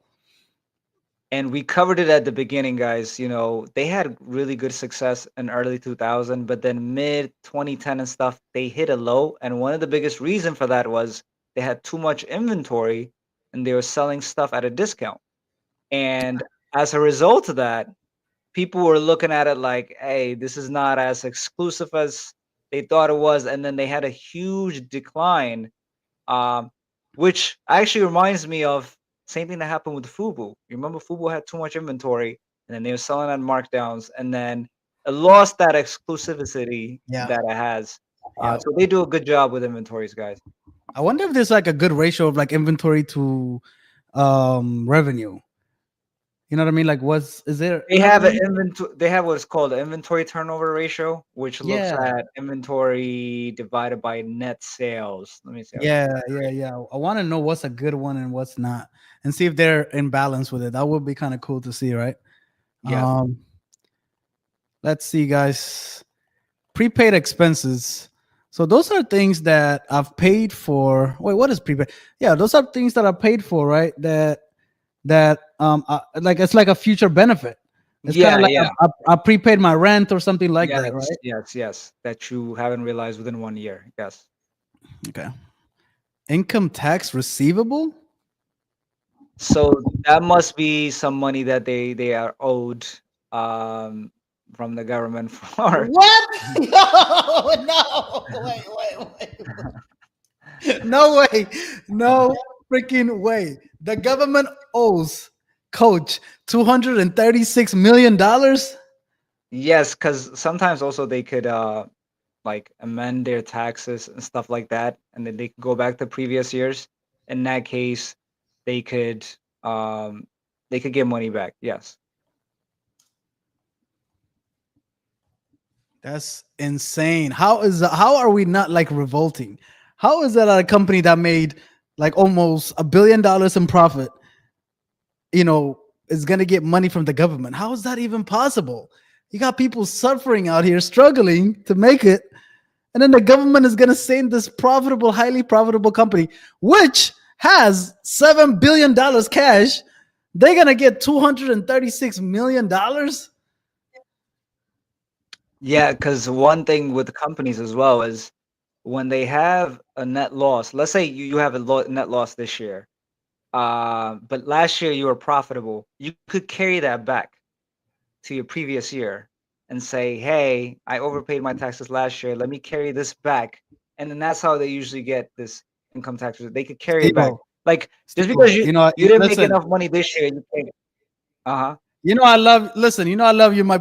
Nobody watching here cares about your little accounting stuff. We're just mad that the government's gonna send this company a goddamn money, and they got $7 billion. They need to be sending me some money. Yo, We struggling. I don't care about the listen, damn math. man. This is Sam, how the welcome. Hey, we math is got set Sam in the up. building. We got Sam in the What's up, building. Sam? We got Becca in the building. We got HJ. We got I Bree in the know. building. Who else is in the building, guys? We got a couple more people that hasn't made a commented on the chat. Say what's up, guys. San, this is what's happening right now. We got Coach. They sitting on $7.2 billion cash, and we just discovered the government owes them $236 million. So the United States government gotta pay Coach, which already has billions of dollars, $236 more. You know what I mean?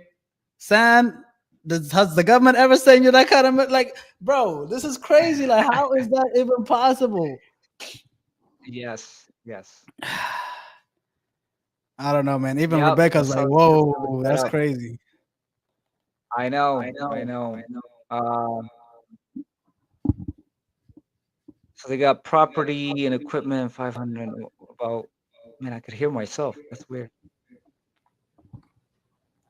Other assets. So $13 billion in total assets. Bro, I could hear myself on your computer now. No, it's fine. It's not bad. I don't hear it. Let me see. Yeah, Current we've had liabilities. this issue. We've had this issue before, yeah. Right now it's But good though. I anyway, don't hear it. Uh, Okay. current liabilities. Let's see how much they owe.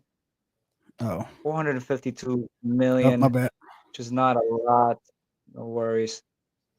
So total current debt 303. Oh damn. Okay, that's how they got the cash. Look at the long-term debt. They got about $7 billion in debt. That's why they got a lot They of money. borrowed that, Steve. Nice. They borrowed that much money. Or- Yeah, so if we end up going to the cash flow statement, we probably could see that they probably did cash flow from financing. They probably financed this. Yeah. It looks like they have $7 billion in debt.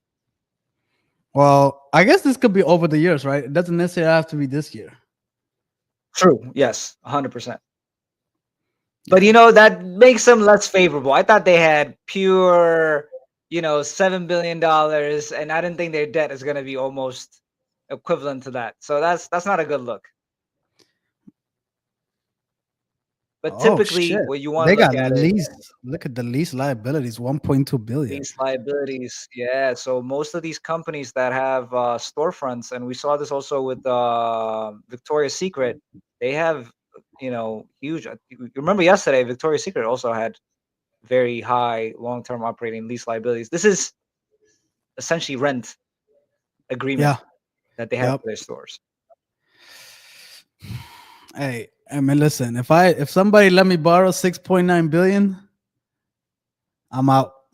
I'm shutting the company down. I don't give a shit. I'm declaring bankruptcy and I'm out of there, man. I'm not gonna be found anymore. I'm changing my name. So we could tell actually how much they borrowed last year because it was previous year was 1.6 billion. You Ooh. see that? So then they borrowed about 5.3 billion dollars just last year. I think it might have been so that they acquire, Michael Kors. They were trying to do that, and like they borrowed money, and it What are didn't they work gonna out. do with it? They're gonna sell it back to the people, like Ah, they're gonna sell yeah. it back, like, oops, my bad. I Actually, don't need never this mind. anymore. Yeah, never mind, guys. We don't need the 5 billion no more. Oh my goodness, man. All right, this is essentially the same thing we covered. 6.6. Yep. Um. So they got taxed on a billion. Wait, provisions for income tax. Oh, okay. Okay, so income tax. Yeah. Yeah. Um.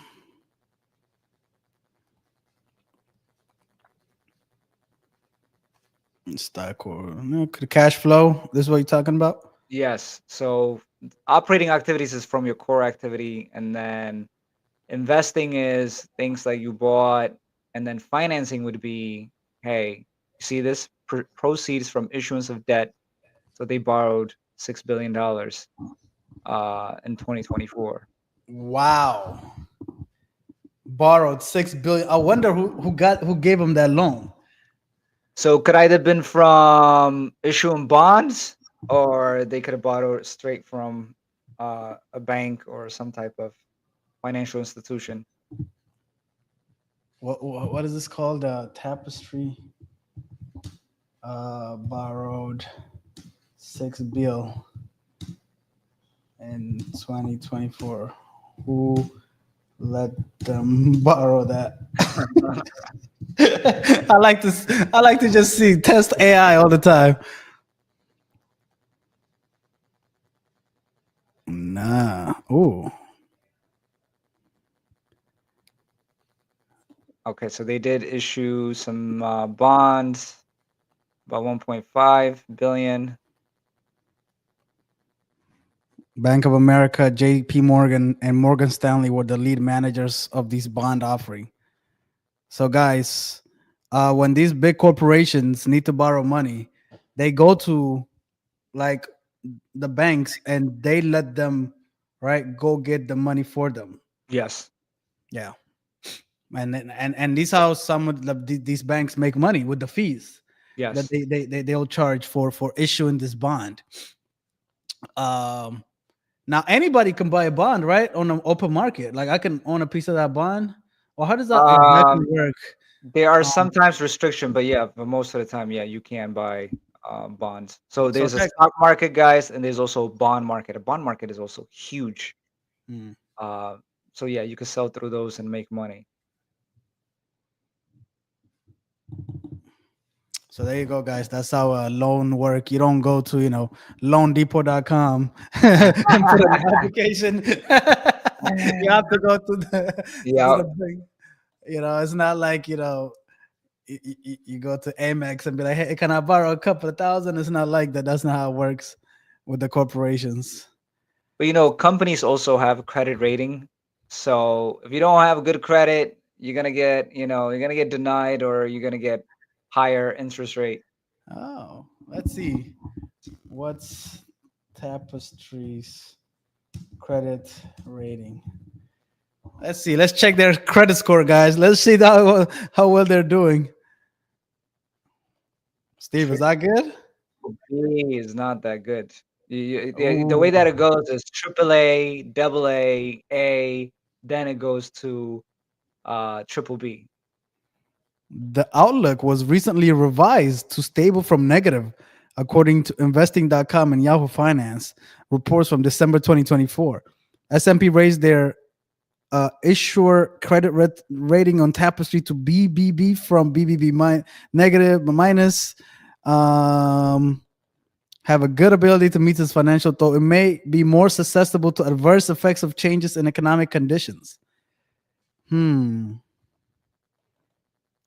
Yeah, if Okay. you if you look up what's considered a junk bond, I think it's BB. So just one tier lower, they would have been a junk bond.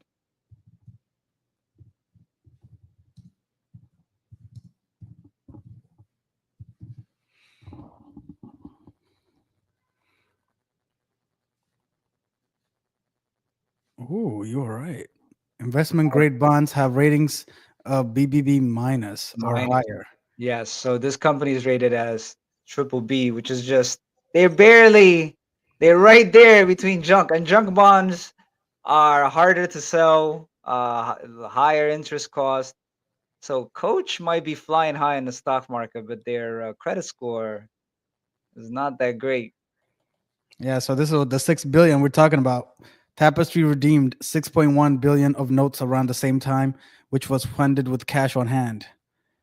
S&P expects Tapestry to maintain level leverage in the high 1x area over the next year and continue consistent shareholders returns. Hmm. So yeah, that merger really, you Messed know. them up. Yeah, not having Yeah. that messed them up. Yes. Okay. All right, to summarize, I kind of want to go back to Sand says government not doing shit. yeah, San, we feel you. We're all saying the same thing. Um, so revenues flat, ish. Yes. Net income actually went down Yep. from last year. 12.2%. So what would you say this company is doing? And it's doing decent. Is that fair to say? Or it's doing Um, well? I think I would like to go to Yahoo Finance, man. I want to do something Yeah, we know. because right now I don't know, man. It's just not looking favorable to me. Let's see. Let's see And Steve-O's favorite and one website. way, guys, you could tell right off the bat without doing much to see how expensive the stock is this called the PE ratio, which is the price to earning. So before you buy any stock, right? Let's say you're looking at Coach and you're looking at, I don't know, Nike, Lululemon, whatever. You could look at it and say, hold on, what's their PE ratio? The lower it is, it means the more affordable it is. The higher it is, it's trading at a 29 multiple, then it's making money. And another thing also to consider is, right, they look at the 1 year target estimate at the bottom. I mean, these are just estimates. It's not 100% accurate, but look what it's trading right now, 108. So it's predicted to go down. Hmm. See that? Wow. Yeah. And if we go to the analyst portion over there, we could see how many, these are analysts specific to the Where's sector. where's That's that thing? I can't see it. I'm zoomed in too much. yeah, I think so. I don't know if can you maximize it now? Or maybe if you back out of it and go back. Because yeah, it's usually on the left side. It's weird. I know what I did. I had to zoom in because it's better for the. Hold on. Technical difficulty, guys. Hold on. Um. But yeah, there are analysts that study this stuff and specifically just they focus on like retail, like there's analysts assigned to that, and then they make recommendation if it's a buy, it's a sell, it's a hold. And that's what we're looking at right here within Yahoo Finance. You could see what these analysts think the stock is. So if we look at it, if you go all the way to the right there, the the green, the dark green represents strong buy. The light green is buy, which is interesting to me. They're predicting the stock to be average analyst estimate is $97, which is lower than the current price by almost $10. But you got 11 people saying buy and 4 people saying strong buy. That don't make no sense. You know what? You know what 15 I people out noticed? of 20. What? You know what I noticed? Like never, I've never seen one where it says a bunch of sell. It's so rare to see that. They and this is the why you have to do your own analysis. Some of these analysts hardly ever say sell unless it's like so convincingly right there that they say that. Most of the time they really would say hold. Hold is like another word for like sell. Like it's really it doesn't really represent, because if you look at it, if they're predicting the stock, average analyst is estimating it to be $97 and it's now 108. That means you're gonna lose about 10% of your earning. If you invested $100, it'll be $90 next year. Why would you not have more recommendations saying sell? Like But that Steve, look don't at make this. sense. They're at an all-time high. They're at an all-time high. Like I'm doing the max here, guys. By the way, Yeah. if you somehow knew in 2000 to get this stock, it was $2.45. I just want people to know, like like those Dang. videos show up. Those videos show up on your social medias. Like, if you had put $1,000 on Facebook, you would have been a billionaire by now, a millionaire. Da, da, da. This is what they're talking about, guys. You had to have bought it like way, way, way, way, way back, and you never really know unless you were a true diehard like Coach fan. You're like, you know what, Coach is the best. I'm just gonna go all in. But you have to ride all these waves, guys. Look, I mean, they ride this wave, but then there's like a couple of years here where it went down, like for 2 years. So can you hold on to that, right? These are the journey of an investor, right? Can you hold on? Yes. Can you not give up for 2 years, not 2 months, not 2 weeks, 2 years of just waiting and riding it out? And we already learned, like, before. I mean, they've had some really big tumbles, right? 2018 all the way down to 2020, almost lost 71%, guys.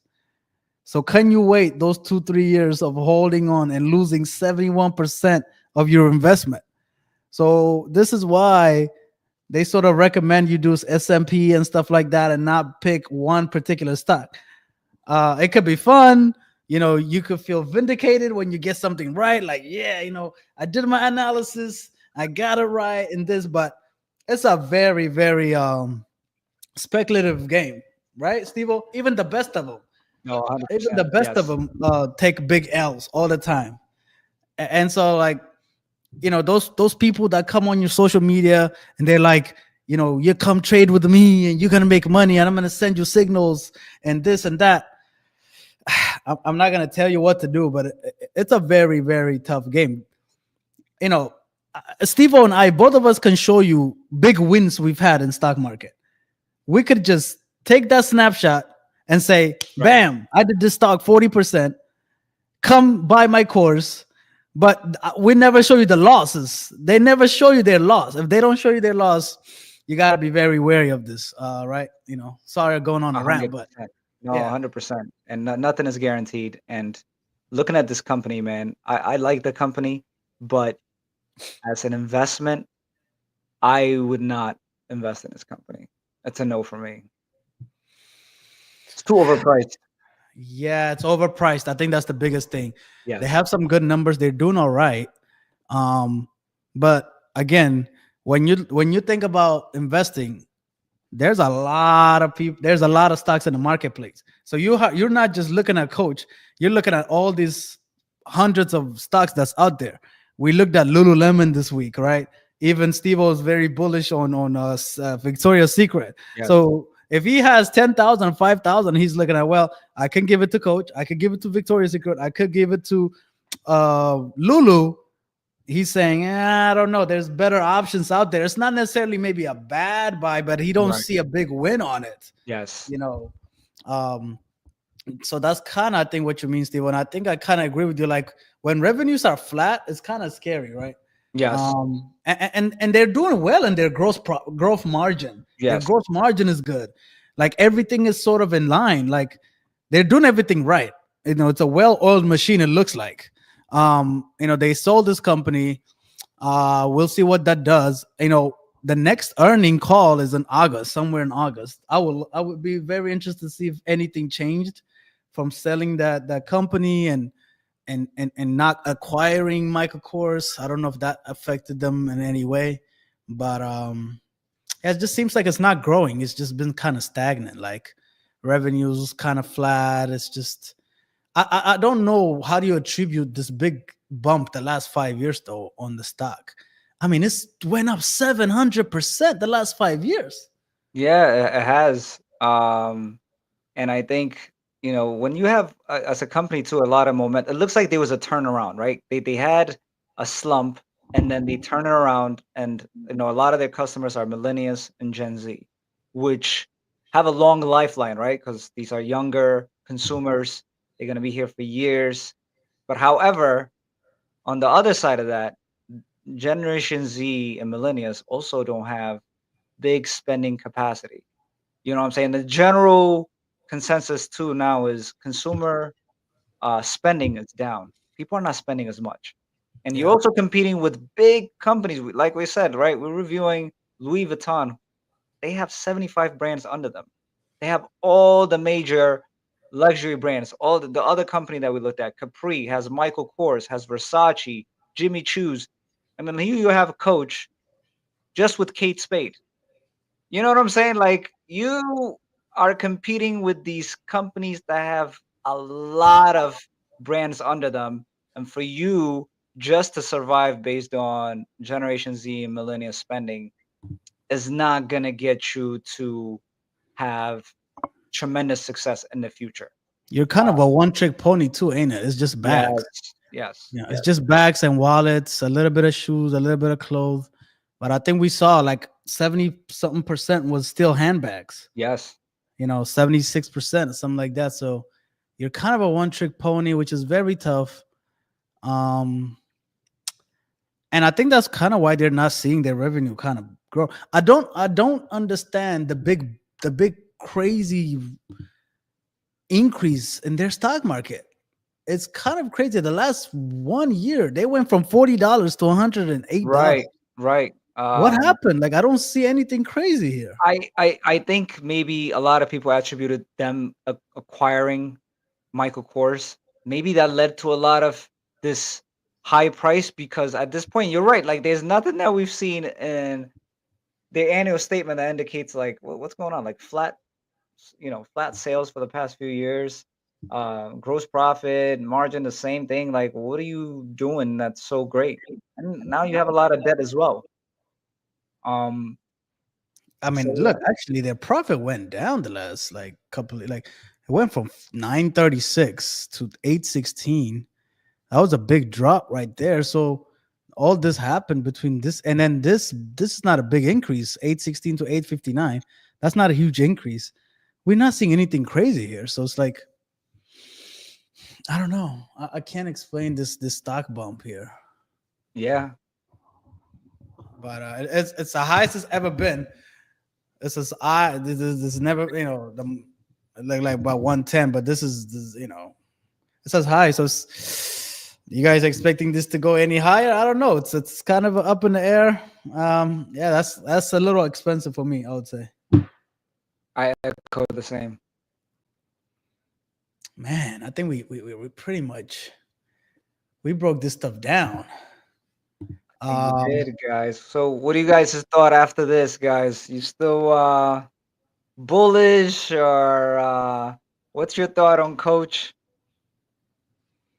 do you guys buy Coach? Anybody in here buy? I know Bree's a big fan of Coach. He's a fan. Um, so tomorrow we're doing the summary, guys. We're chill streaming. We're gonna sort of summarize the week. We're gonna come prepared with some numbers, maybe a comparison of all the. So we've done what? We've done official reviews. We've done Lululemon, Nike, LVMH. Now today, Tapestry, which is Kate Spade and Coach. So we've done 4, And Victoria's Secret. and then we did. Oh yeah, exactly. We've done Victoria's Secret. And we sort of looked at like Calvin Klein and Tommy. We looked at them briefly on Thursday. Yeah. So I guess we'll kind of summarize it and compare their numbers and see, maybe the stock market and stuff like that. And yeah, we'll do a chill stream, guys, tomorrow. Kind of chill out Sunday. But yeah, and then next week, car week, right? We're doing Tesla, we're doing Toyota. It's gonna be exciting times. Yeah, this is gonna be dope, guys. And Bree says I'll continue to buy Coach, but it's definitely not a good idea to buy stock. And In Coach, I think she meant to say in Coach. oh, yeah. Again, guys, we're not investment advisors. We have No. to disclose that. However, personally, I think AB and I are both saying like if we're investing our own money, it wouldn't be one where we put our money in. Maybe just to hang out with Meg the Stallion. You know what I mean? We might do something like that, but who's in the chat? Drop a comment, guys. Let us know anything you guys want us to cover. Maybe there's some things we didn't cover this week that maybe we can cover tomorrow briefly. We can sort of look at it. Or something that we covered this week that you want like further explanation on, like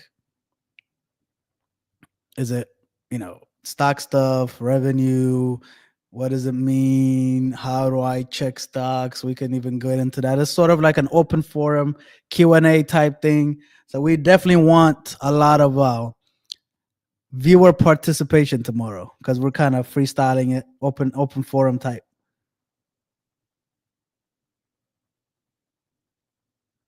Right, Steve-O? Yeah, man. Yeah, if there's a particular company that interests you guys that we haven't covered, let us know in the fashion world. If there's one that you really want us to cover, perhaps, we could talk about it and see if we could cover it tomorrow as well. Let us know. I think we're 2 hours and 8 minutes now, man. Dang, time be passing, huh? Sheesh. Dude, time flies, man. Like, I don't know, man. It just takes what it takes, I guess. We go on these little side tangents. I think that's where you find those little nuggets. And as the people watching, like as they keep watching us, they're gonna start realizing why it matters. Like all these little lawsuits and everything like this. San, it does. Don't know what she mean by it does. I think it's helping is what something like that. Maybe I said something like that. Yeah. But Yeah, this is yeah, fun, time man. flies. Oh, maybe she's talking about the time flies. Oh yeah, time flies. Oh. HJ, if you're in the chat, drop a chat. Shout out to San, the day ones. Shout out to Bree. Shout out to HJ. Who else is Shout out viewing to us right now? Becca. We got Becca. Shout out to yes. Becca. Yes. Of course, we got two other people that's not commenting. Who's the viewers? We Kind have of want to know. a person in Twitch. I think that bot is still watching us, man, from Twitch. Okay, but we come in peace. The AI is gonna take over. We come in peace. We are the good ones. For real. But All right. guys, it's been fun. Thanks for hanging out with us on your Saturday night. We'll be back at it again tomorrow. It's been awesome with being here with y'all. Thanks for tuning in. Steve, it's been fun, man. I'm having fun doing this. Same here, man, and much love to all you guys, man. That's rocking with us, man. We appreciate you guys, and if you're replaying this video, shout out to you as well. Much love to all of y'all. Yes, like, share, subscribe, tell all your friends about it. Profit Report coming at you every day, streaming on Twitch and YouTube. This is AB, and we got Steve-O, and we're saying peace out from Profit Report. Thanks, guys. And Have a we good out. Saturday. Peace. Peace.